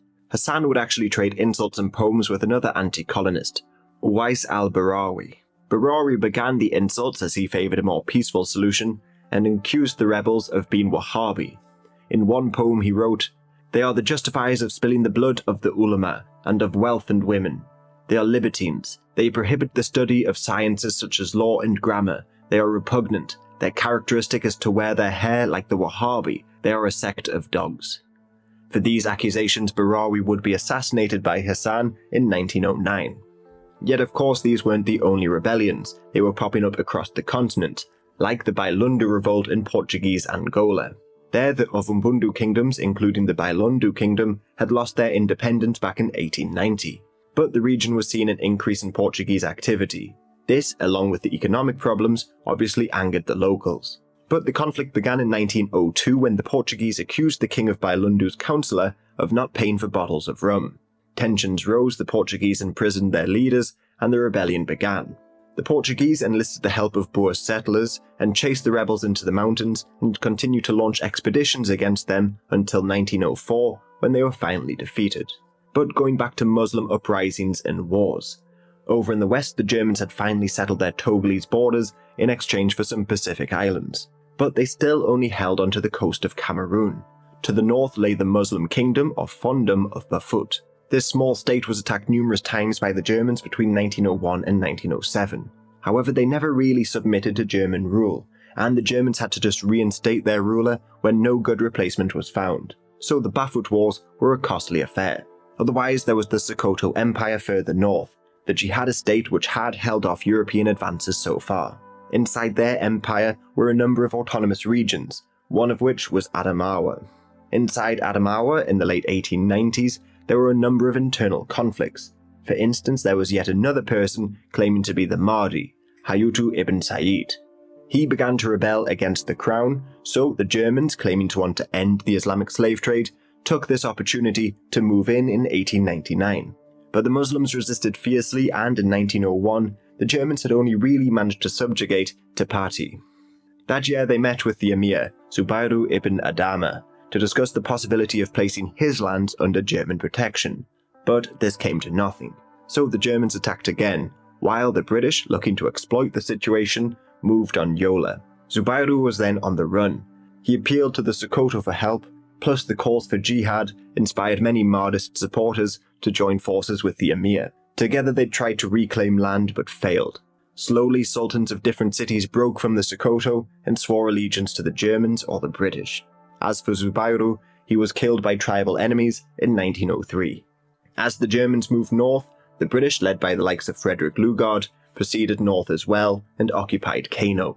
Lugard, by the way, wrote the Dual Mandate in British tropical Africa. In this he justifies colonialism, saying that stopped slavery, ended what he called barbaric practices and the likes. But he goes one step further and says that colonialism was a fad, and the British needed to get involved so they didn't look weak. So you can see why he decided to join the Germans in partitioning the Sokoto Caliphate. Otherwise, he did argue in favour of indirect rule as the best way to run a profitable colony, prevent uprisings and the likes. However, although this is what he argued, he very rarely allowed educated Nigerians to take over positions of power. Anyway, after fleeing Kano, the emir of the city, Ali Obaba, tried to reclaim his power, but he was defeated. The British were therefore free to move on to the city of Sokoto, where Muhammadu Atahiro I tried to put up a fight, but he also failed. He in fact called on his people to join him on a migration known as a hijra. Thousands of people joined in, and he moved from his capital into the countryside. The British then pursued this mass of people migrating across Nigeria until they caught up with them and crushed the caliph's armies. After the battle, the British found Muhammadu coming out of a mosque and shot him, ending the Sokoto Caliphate. The lands were partitioned between the Germans and British, and photos of the dead caliph were dispatched across his lands to prevent uprisings. But this did very little to actually help, as within a couple of years there would be huge rebellions across the country. While all of this was going on, the French had begun to move into Mauritania, but there they hoped to peacefully penetrate the region. Xavier Kopolani orchestrated the entire plot, and it worked incredibly well. Beginning in 1901, he formed alliances with sheikhs Shidya Baba and Saad Bou. They were leaders of the Qadriya Sufi Brotherhood and held a great deal of power. They agreed to join France because they were promised protection against their rival Hassani tribes and a position of power within the new colonial government. So this was just divide and rule. These men persuaded the Emirate of Trarza to join France in 1904, but of course not everyone was happy about this. To the north of them, Ma al-Ayn Ayn had been appointed as the commander of Tindouf by the Sultan of Morocco, but today this is part of Algeria. He was a fierce anti-colonist, and had already begun to build a fort known as Rabat in Smara in Spanish Sahara, with the intention of launching attacks and chasing the Spanish out. But then the French also arrived nearby, and he launched a jihad on them, in the name of Sultan Abdelaziz of Morocco. The Sultan, although not directly involved, seems to have supported the jihad by being a middleman for the purchase of weapons, and it is believed that one of his men assassinated Kopolani, ending French expansion into the interior of Mauritania for a couple of years. But we need to go back to Nigeria for a bit, as the British looked to fully cement their control over the Aro Confederacy. The Aro people had thus far been unwilling to allow any real European settlement in their lands, despite technically being under British influence. They were deeply religious people and saw any foreigners as a threat to their beliefs. Central to their religion was an oracle called Ibini Ukpabi. They would, of course, perform religious duties, but also would settle legal disputes, murder cases and the likes. The trials would take place in Arochukwu in a cave complex. Inside the caves there were a number of quite ominous sounding shrines and tunnels, like the Shrine of Nakedness, where the guilty would be stripped, and the Tunnels of Disappearance. This tunnel got its name because whoever lost the trial was sometimes killed or personally sold as a slave by the Ibini Ukpabi. This ongoing slave trade eventually gave the British their cause for war, but on religion for a moment, a number of secret societies and almost cults began to develop around West Africa at that time, like the Ekpa in Nigeria. These claimed that they could apparently speak to their ancestors, and many young boys would be sworn into the society as soon as they became men, and for life they would be sworn to secrecy and had to pay membership fees. Plus, alongside their religious roles, they would, in full ceremonial dress, do police work, grabbing the attention of the British. There was also the Poro and their female equivalent, the Sandi. Their men would go and listen to a man dressed in full fetish dress, give speeches and occasionally place taboos on things, while the women would attend masquerades and, unfortunately, perform female genital mutilation. These groups, by the way, still exist today, but they weren't the most violent groups. There were some like the Leopard Society in Sierra Leone. Their members would dress in leopard skins and ritually cannibalize people, believing it would give them more power. And you can maybe see a link between groups like this in Sierra Leone and Liberia, and later reports of cannibalism in the civil wars of the 20th century. But back to the Aro. They attacked the town of Ubegu, which was allied with the British. So the British began preparing for war. It took a while to build up the forces, but in 1901 they were ready. The British won very quickly, and the Aro Confederacy fell into British hands, but some guerrilla conflicts persisted. For instance, the Ikumiku War persisted until the outbreak of World War I. And finally, the last conflict of this period occurred in the south, and it was the Second Boer War. It began when the British began to build up troops along the Transvaal border until September 1899, when Kruger sent an ultimatum demanding that they withdraw.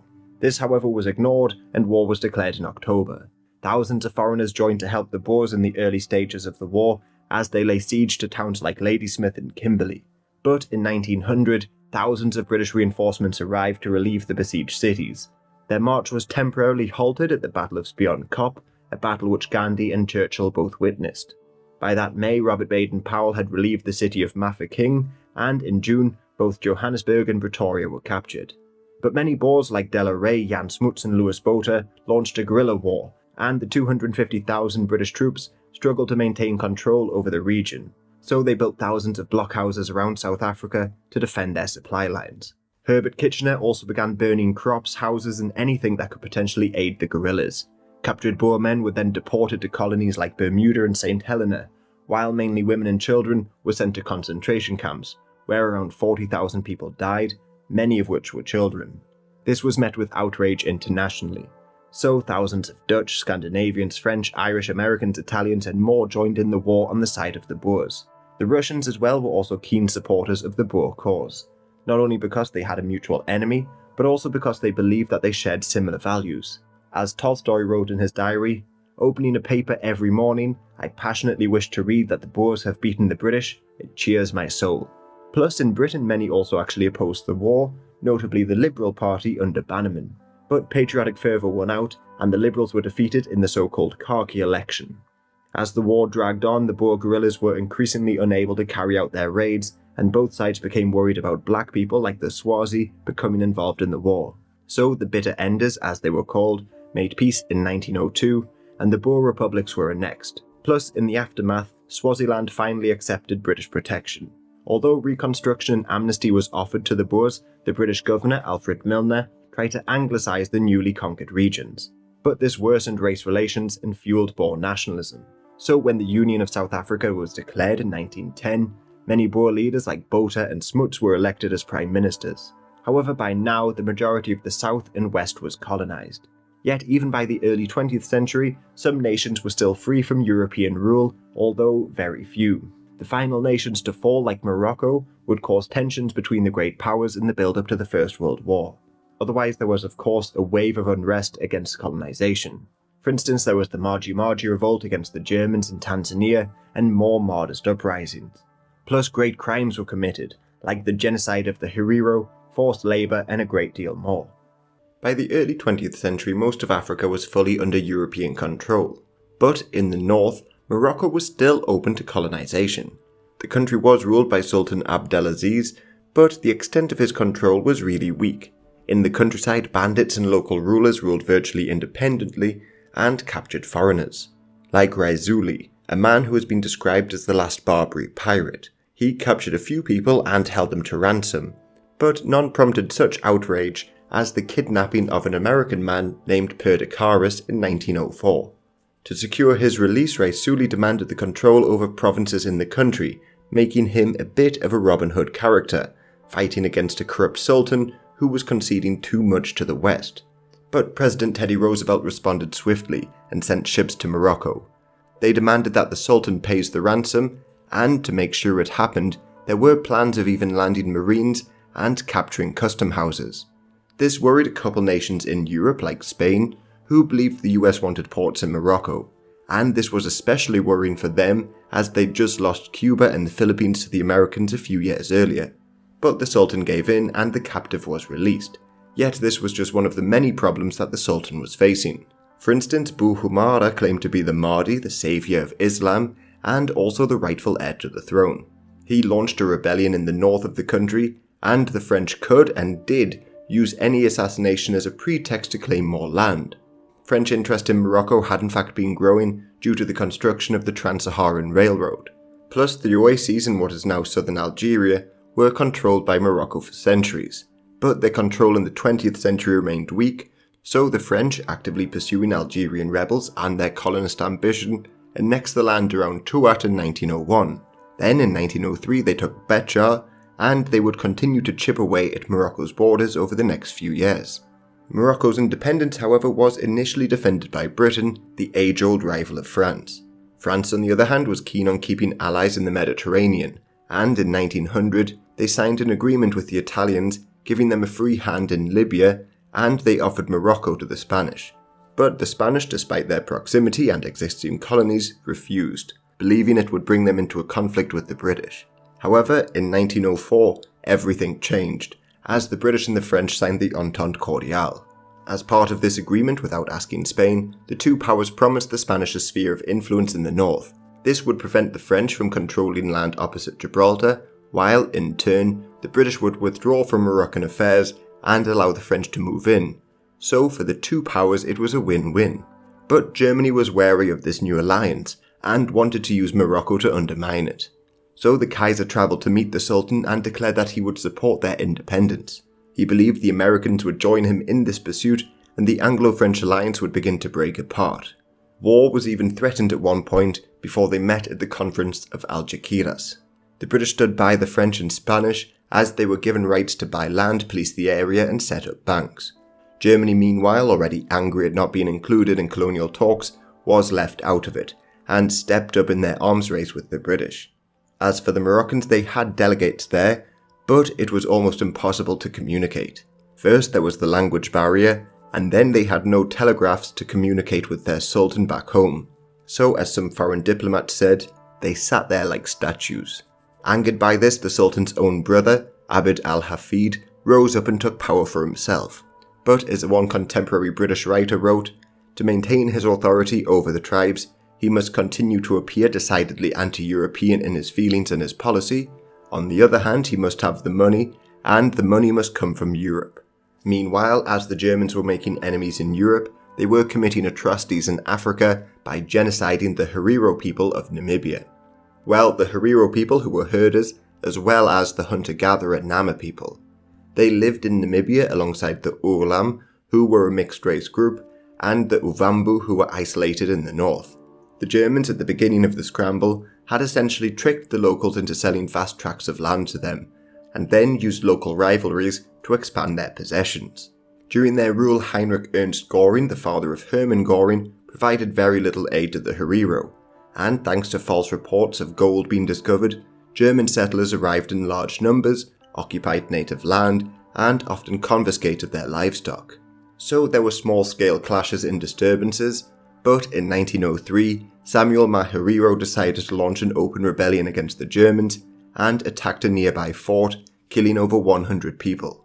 Lothar von Trotha was sent to deal with the rebels. He had already crushed the Wahihi rebellion in German East Africa and the Boxer rebellion in China, and with 14,000 reinforcements, he forced the Herero to make peace. Over 50,000 Herero gathered at Waterberg, ready to make this peace, but the Germans attacked, killed many, and chased the survivors into the desert. Trotha then declared that any Herero found within German borders would be shot. He defended his actions based on racial grounds, and many Herero were killed. Count von Schlieffen, who devised the Schlieffen Plan, and many others celebrated Trotha's achievements, but Chancellor Bülow had Trotha recalled in late 1905. As many thousands of Herero and Nama people were being killed, many others were imprisoned and sent to concentration camps like on Shark Island. There they were forced to work, but many died of malnutrition, disease, or were just killed.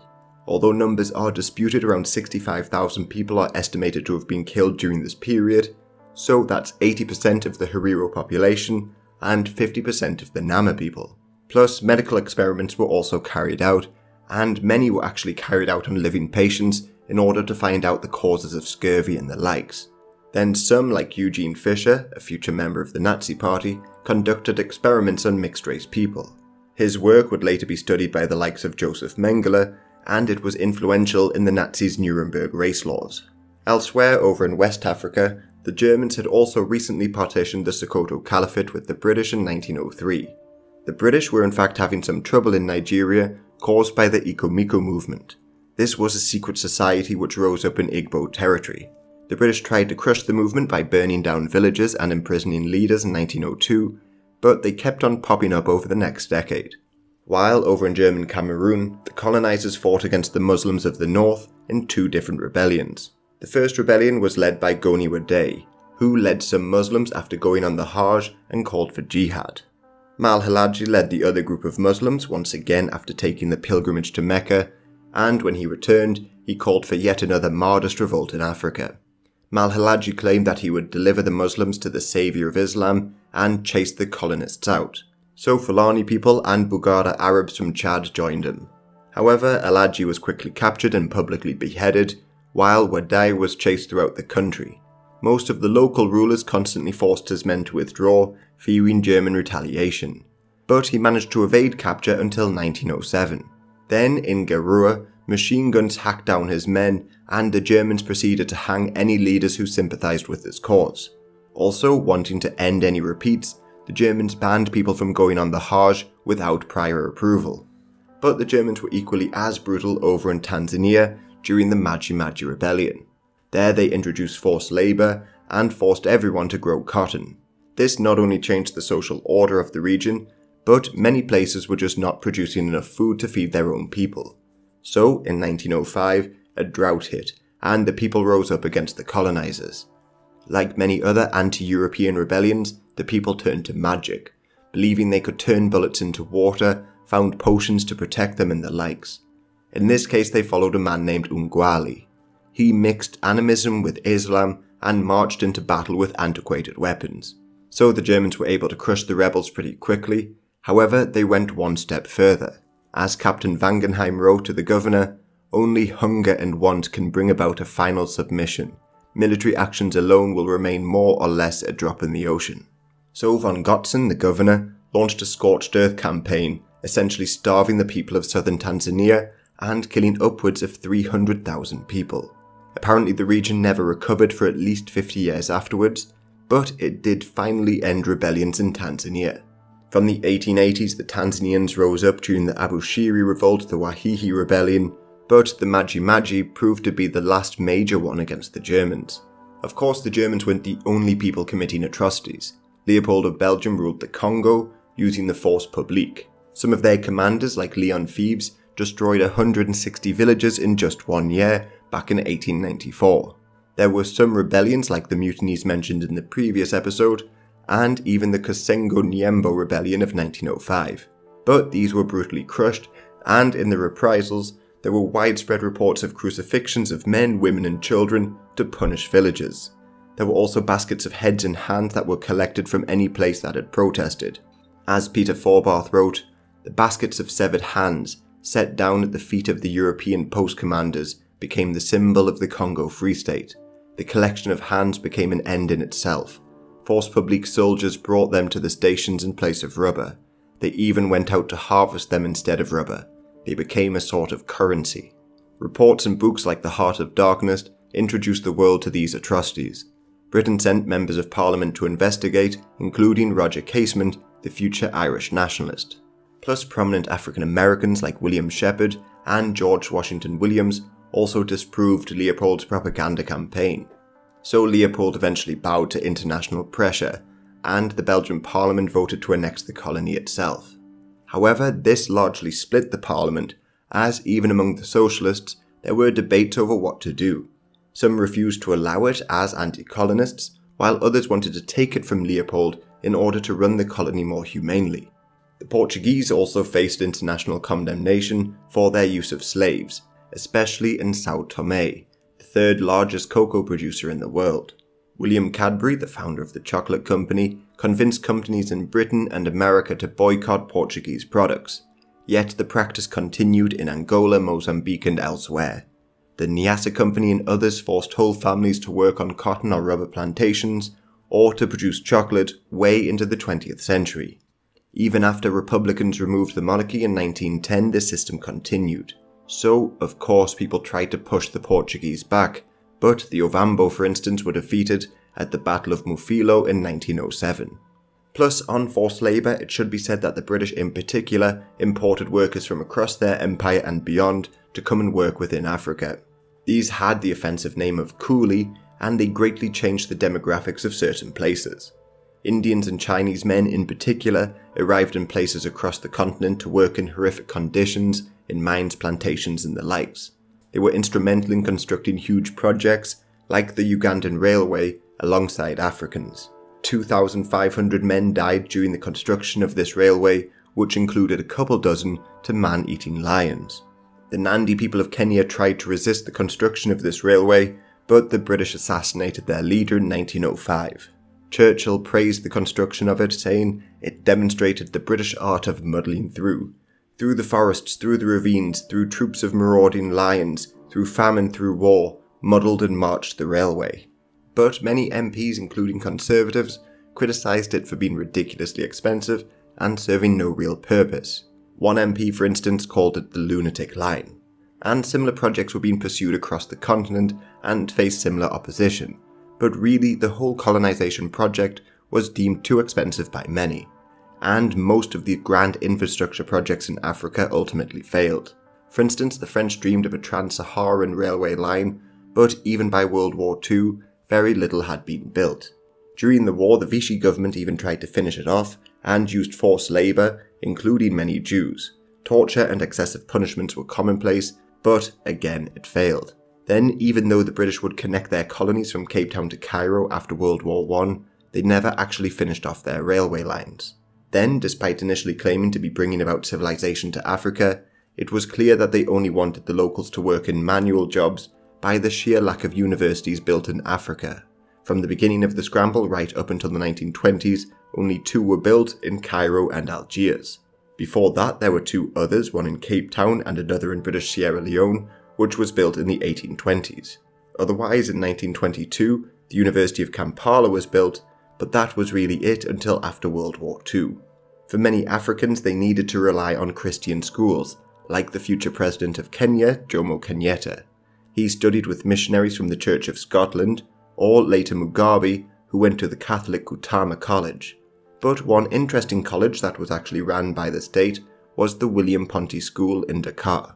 This was set up in Senegal in the early 20th century, and as one of the only real institutions, it had a number of future leaders that came through its doors, including Mobutu Keita of Mali, Mamadou Dia of Senegal, Herbert Maga of Benin, and many, many more.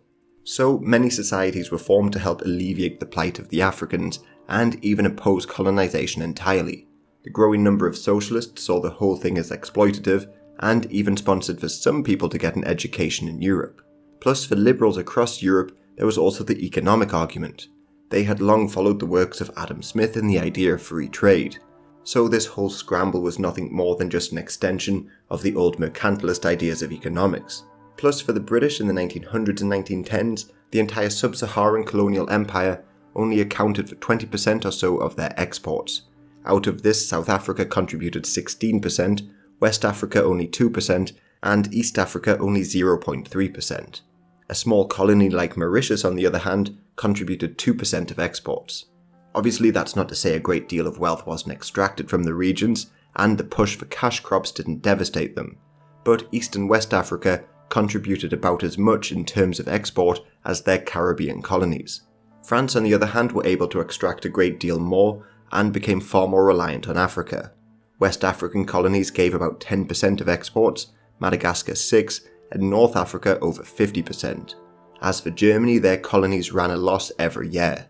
Togo was on the brink of becoming profitable in 1913, but Southwest Africa lost 16.91 million marks every year, Cameroon lost 4.4 million, and East Africa 6.7. So Africa didn't become the huge market for surplus goods as anticipated, or even a massive destination for investors. France, Britain and Germany all invested more money in South America, for instance. But again, obviously some companies made a great deal of money from exploiting the continent. Like Cecil Rhodes created the De Beers Diamond Company, or there was Unilever. Their forerunners had plantations in Belgian Congo, and they would later acquire the United African Company and operate in West Africa. Plus, not all colonies ran a deficit. South Africa made a great deal of money, and the Southern Nigerian Protectorate was making around £100,000 a year, and they would make a lot more after World War I with the discovery of oil. But despite these arguments, prestige and patriotism won out. Colonial societies across Europe championed the cause, colonial fairs were held across Europe, often with human zoos displaying people from the conquered territories. So when rebellions broke out, they were promptly crushed. Way back in 1898 in British Sierra Leone, Colonel Frederick Cardew put a tax on huts based on their size. But the tax of between 5 to 10 shillings per year was often more than the huts themselves. So the people united behind Bai Bura, a Muslim cleric, and began to rebel. The British promptly put down the rebellion and hanged 96 of his followers. In the south, the British also faced the Bambata Rebellion in 1905. This again was largely caused by taxes, as the British forced the Zulus once again to pay a hut tax and a poll tax of £1. This they believed would pressure the locals into joining the workforce, but instead they just united behind a chief called Bambata and launched a guerrilla war. Yet, like elsewhere, machine guns and cannons killed 3,000 of his men, and he either fled to Mozambique or died in action. The reports differ. Plus, just as a side note, Gandhi would call this rebellion no war but a manhunt. But at the time, he had a completely different view, and he hoped to pressure the Indians into joining the army of the British Empire. He believed that through this, the Indians would achieve full citizenship. In the end, the Indians could only serve as stretcher bearers, but Gandhi, at this point in his life at least, often described the local Africans as savages and uncivilized.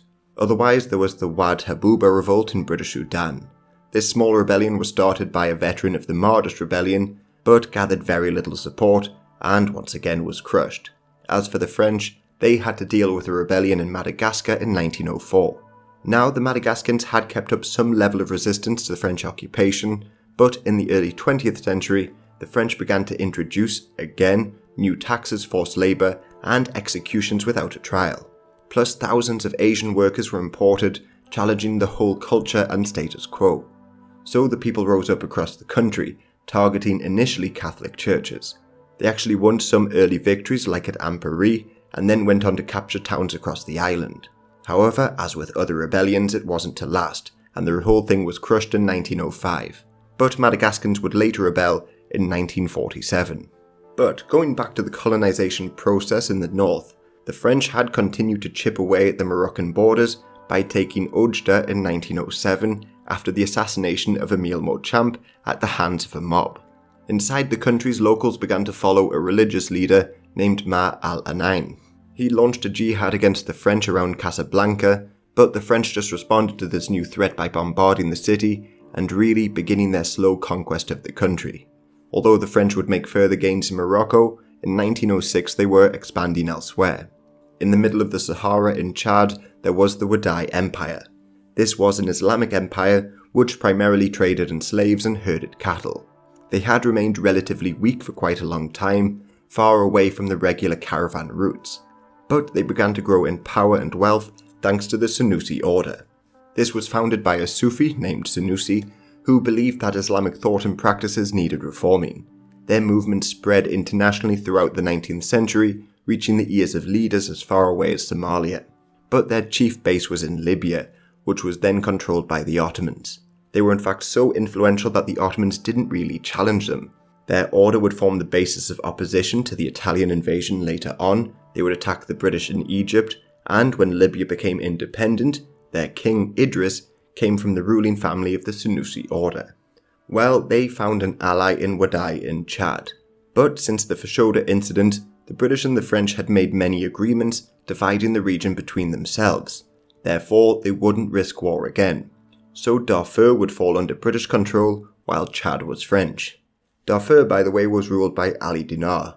He was able to assert his independence since the fall of the Mahdists, and the British agreed to this so long as he agreed to pay tribute. But he wasn't keen on just keeping Darfur, and he looked to Wadai as well. And fortunately for him, a succession crisis broke out back in 1898, and a number of foreign powers got involved, backing their own factions, including the French and the Senussi order. Dod Mura, who was backed by the Senussi order, won out, and his armies were modernised thanks to the Senussis shipping guns from the north on caravans. But his cousin, Adam Assil, still contested his coronation and launched a coup.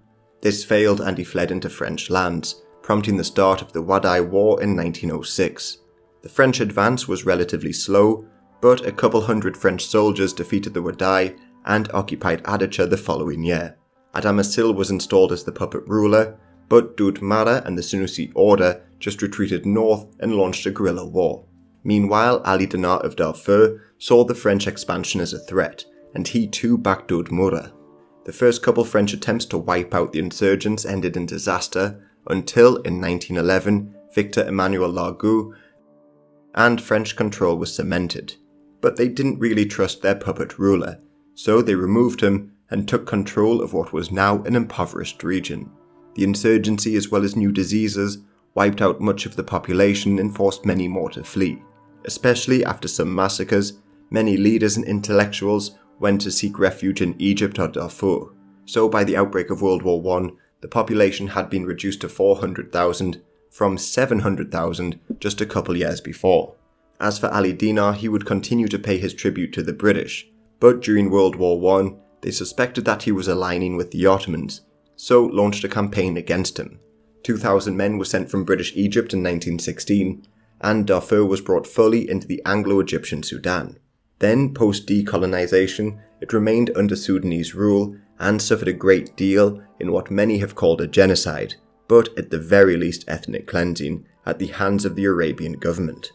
So after this war, along with many British and French agreements, the whole of the Sahara had been divided. The French desire to connect their colonies across the Sahara was made official, but in practice it was really limited. Like in the south of Sahara, they still needed to launch pacification campaigns. Then, in the build-up to World War I, there were two final pushes for colonies which played a major role in the outbreak of the war. First came the Second Moroccan Crisis, otherwise known as the Agadir Crisis. Inside Morocco, a rebellion broke out, the Spanish moved troops in, and so too did the French. The Germans, once again hoping to divide the Entente and pursue colonial ambitions, sent battleships to Morocco. War seemed likely as the British also sent ships into the region to protect the French, despite their initial doubts. The two sides came to an agreement, however. In return for France turning Morocco into a protectorate, the Germans were given New Cameroon. This wasn't a particularly prosperous region, as sleeping sickness was prevalent and there was little infrastructure. But this was seen as success, as out of nowhere, German Cameroon was expanded and they were given access to the Congo River.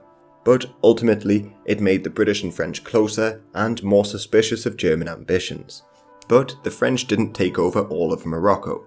As per the old agreements, the north was given to Spain officially. Meanwhile, the Italians were watching on. They were part of the Triple Alliance with Germany, and the Germans had close ties with the Ottomans. But Italy had been promised a free hand in Ottoman-controlled Libya.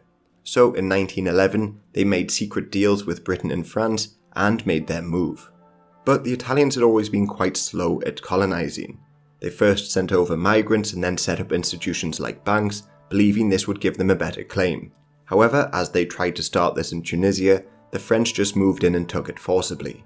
So Libya was really their second choice, and their whole ambitions in North Africa were championed by nationalists who had long pursued the idea of Mare Nostrum, essentially turning the Mediterranean Sea into an Italian lake, and Libya would of course be essential to this. Fortunately for them, the Ottoman Empire was in severe decline by this point, and suffered from revolts almost everywhere.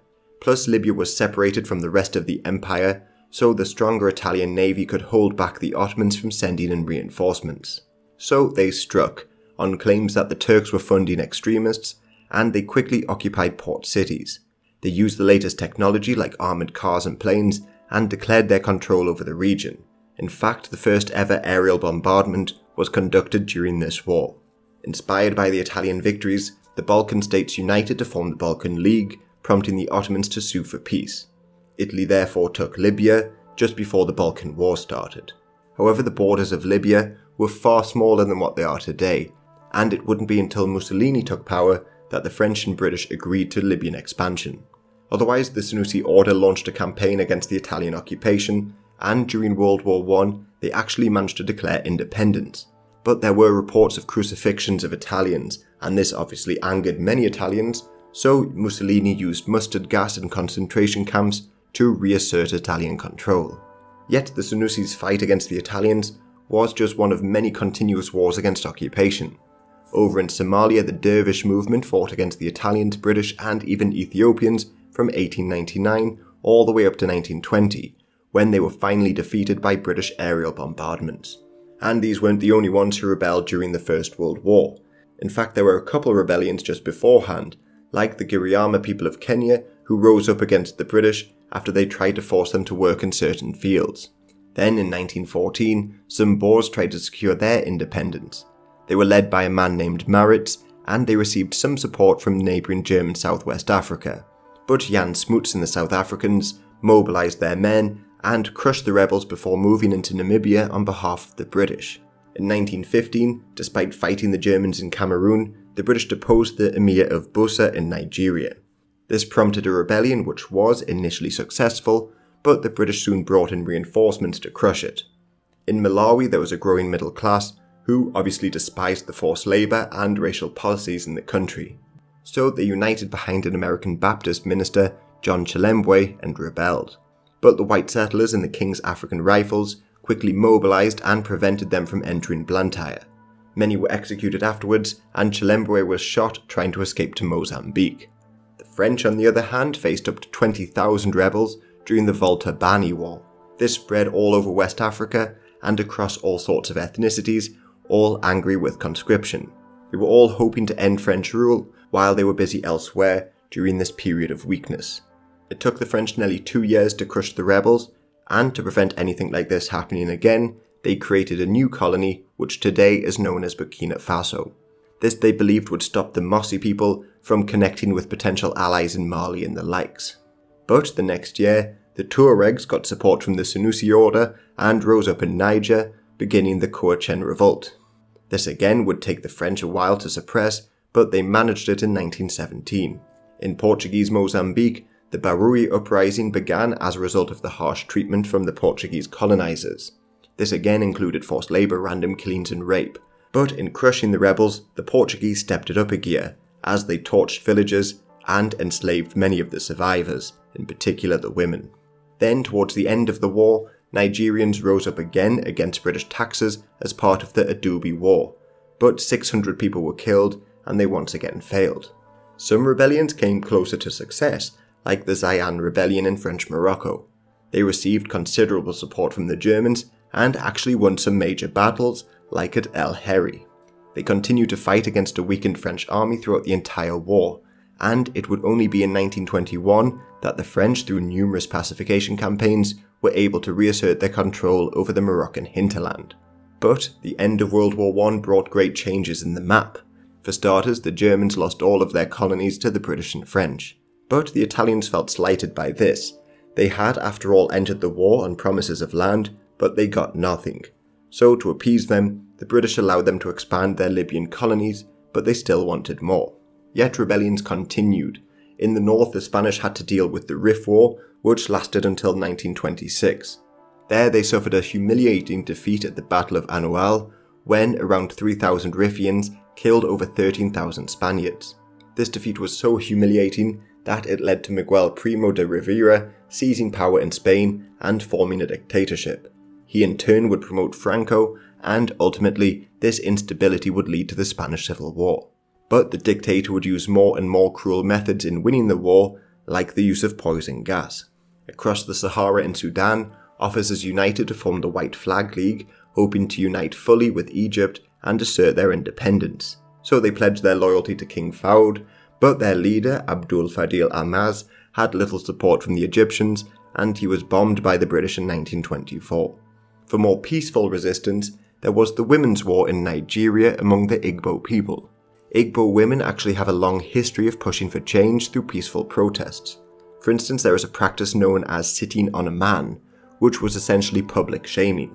They would surround him at work, dance outside his home and the likes in order to push for change. Well, in 1929, they were angry with the British appointed chiefs for limiting their role in government. So they united with other ethnicities like the Efik and Ogoni and organised sit-ins and forced the British to act. They allowed Nigerians to select their own clan leaders instead, so it was pretty successful, although far from revolutionary. The French, however, faced a huge rebellion of up to 350,000 men across Central Africa. They'd been forcing the locals once again to work on a railway line, but this was the Congo Ocean Railway. To get men to work on this line, they actually employed a number of Fula people to recruit them. However, the employees began to believe that a miniature hoe handle, called a Congo Wara, could turn French bullets into water, and it is this Congo Wara that gave the rebellion its name. Apparently, the rebels would even shout, "Fire, big gorilla, your gun will only shoot water." So, despite their numbers, tens of thousands were slaughtered, and the whole event was largely kept secret from the French public. But if this mysticism wasn't so pervasive, this really could have challenged French rule. Yet probably one of the most successful interwar movements came in Egypt, which the British finally officially occupied when hostilities with the Ottomans broke out. But in 1919, this prompted a revolution led by the Wafid Party. Thousands took to the streets and hundreds initially were killed. But the British government relented a couple years later and granted Egypt their independence, albeit nominally. As they still maintained troops in the region, they kept the Suez Canal, and Sudan was still to remain under British rule. So the fight against the colonizers never really ended, although in the interwar period they had died down a bit. White settlers in certain areas like Kenya began to increase, while pacification campaigns were aided with tanks and planes. So, like the bombing of the Dervish rebels in 1920, ended uprisings in Somalia. Elsewhere, more rights were given to local people, like in Tanzania, a previous hotspot for rebellion. Now it was a British acquisition, they decided to rule through the local chiefs. Meanwhile, in Uganda in 1927, the British helped to break up the lands of some of the chiefs, who held too much of it or charged too much for rent. So the people began to form their own smallholds and grow crops like cotton and coffee to export. While in Senegal, the French gave the Africans the vote and they sent their own deputies to sit in the National Assembly. Or over in Cameroon, which was taken from Germany, a British report said that through the Germans, the natives have been taught discipline and have come to realize what can be achieved by industry. Large numbers who return to their villages take up cocoa or other cultivation on their own account, thus increasing general prosperity of the country. A similar thing was happening in Ghana. Since the introduction of the cocoa crop, living standards dramatically improved, and a whole new local middle class of sorts began to develop. However, as more and more people were going to schools in Europe or at home, many began to develop new ideas, like Isaac Wallace Johnson in Sierra Leone. He became a sailor, travelled the world, and brought back ideas of communism to West Africa, even forming the first trade union in Nigeria in 1930. He would later go to Moscow and attend an international conference for black workers in Hamburg, Germany. But in general, this sort of pact between colonized and colonizer was sort of true in other countries like Botswana, but in turn this presented its own problems. Power was often given to one group over another. Like in British Nigeria, they favoured the southern Igbo over the Emirs and Muslims in the north. The British would even encourage southerners to move north and bring business and enterprise there. Then in Central Africa, the different treatments of the Hutus and Tutsis would cause problems for decades more. However, in other cases, the situation remained calm for other reasons, like the Afrikaners or the Boers began to take more power in Rhodesia and South Africa, and their racial laws made fostering a rebellion very difficult. Plus, the South Africans also took Namibia, and the last king of Ovamboland was killed by the South Africans when he refused to accept their newfound authority. So resistance in Southwest Africa had no real leadership. Again, the situation changed dramatically from country to country. As for the two free states, Liberia and Ethiopia, well, they tragically continued to trade in slaves. In Liberia, the Americo-Liberians had stayed in power, often through shockingly rigged elections, like the election of 1927, which saw 15 times the registered voters vote for Charles D.B. King, and he was accused by the League of Nations for still using slaves to help modernize his country. Then in Ethiopia, the would-be Emperor Lige Iyasu actually conducted slave raids, and the Italians would use this as justification to move into the country in the 1930s. And this brings me to the last-ditch attempt to colonize an African country, the Italian invasion of Ethiopia. The British and French were happy for Mussolini to take it, as they were more concerned about Germany. So the Italians moved in, and after 1 year of fighting, Ethiopia was brought into Italian East Africa. Hundreds of thousands were killed during the Italian occupation, which only lasted for a few years, as during World War II, Ethiopia would become free once more.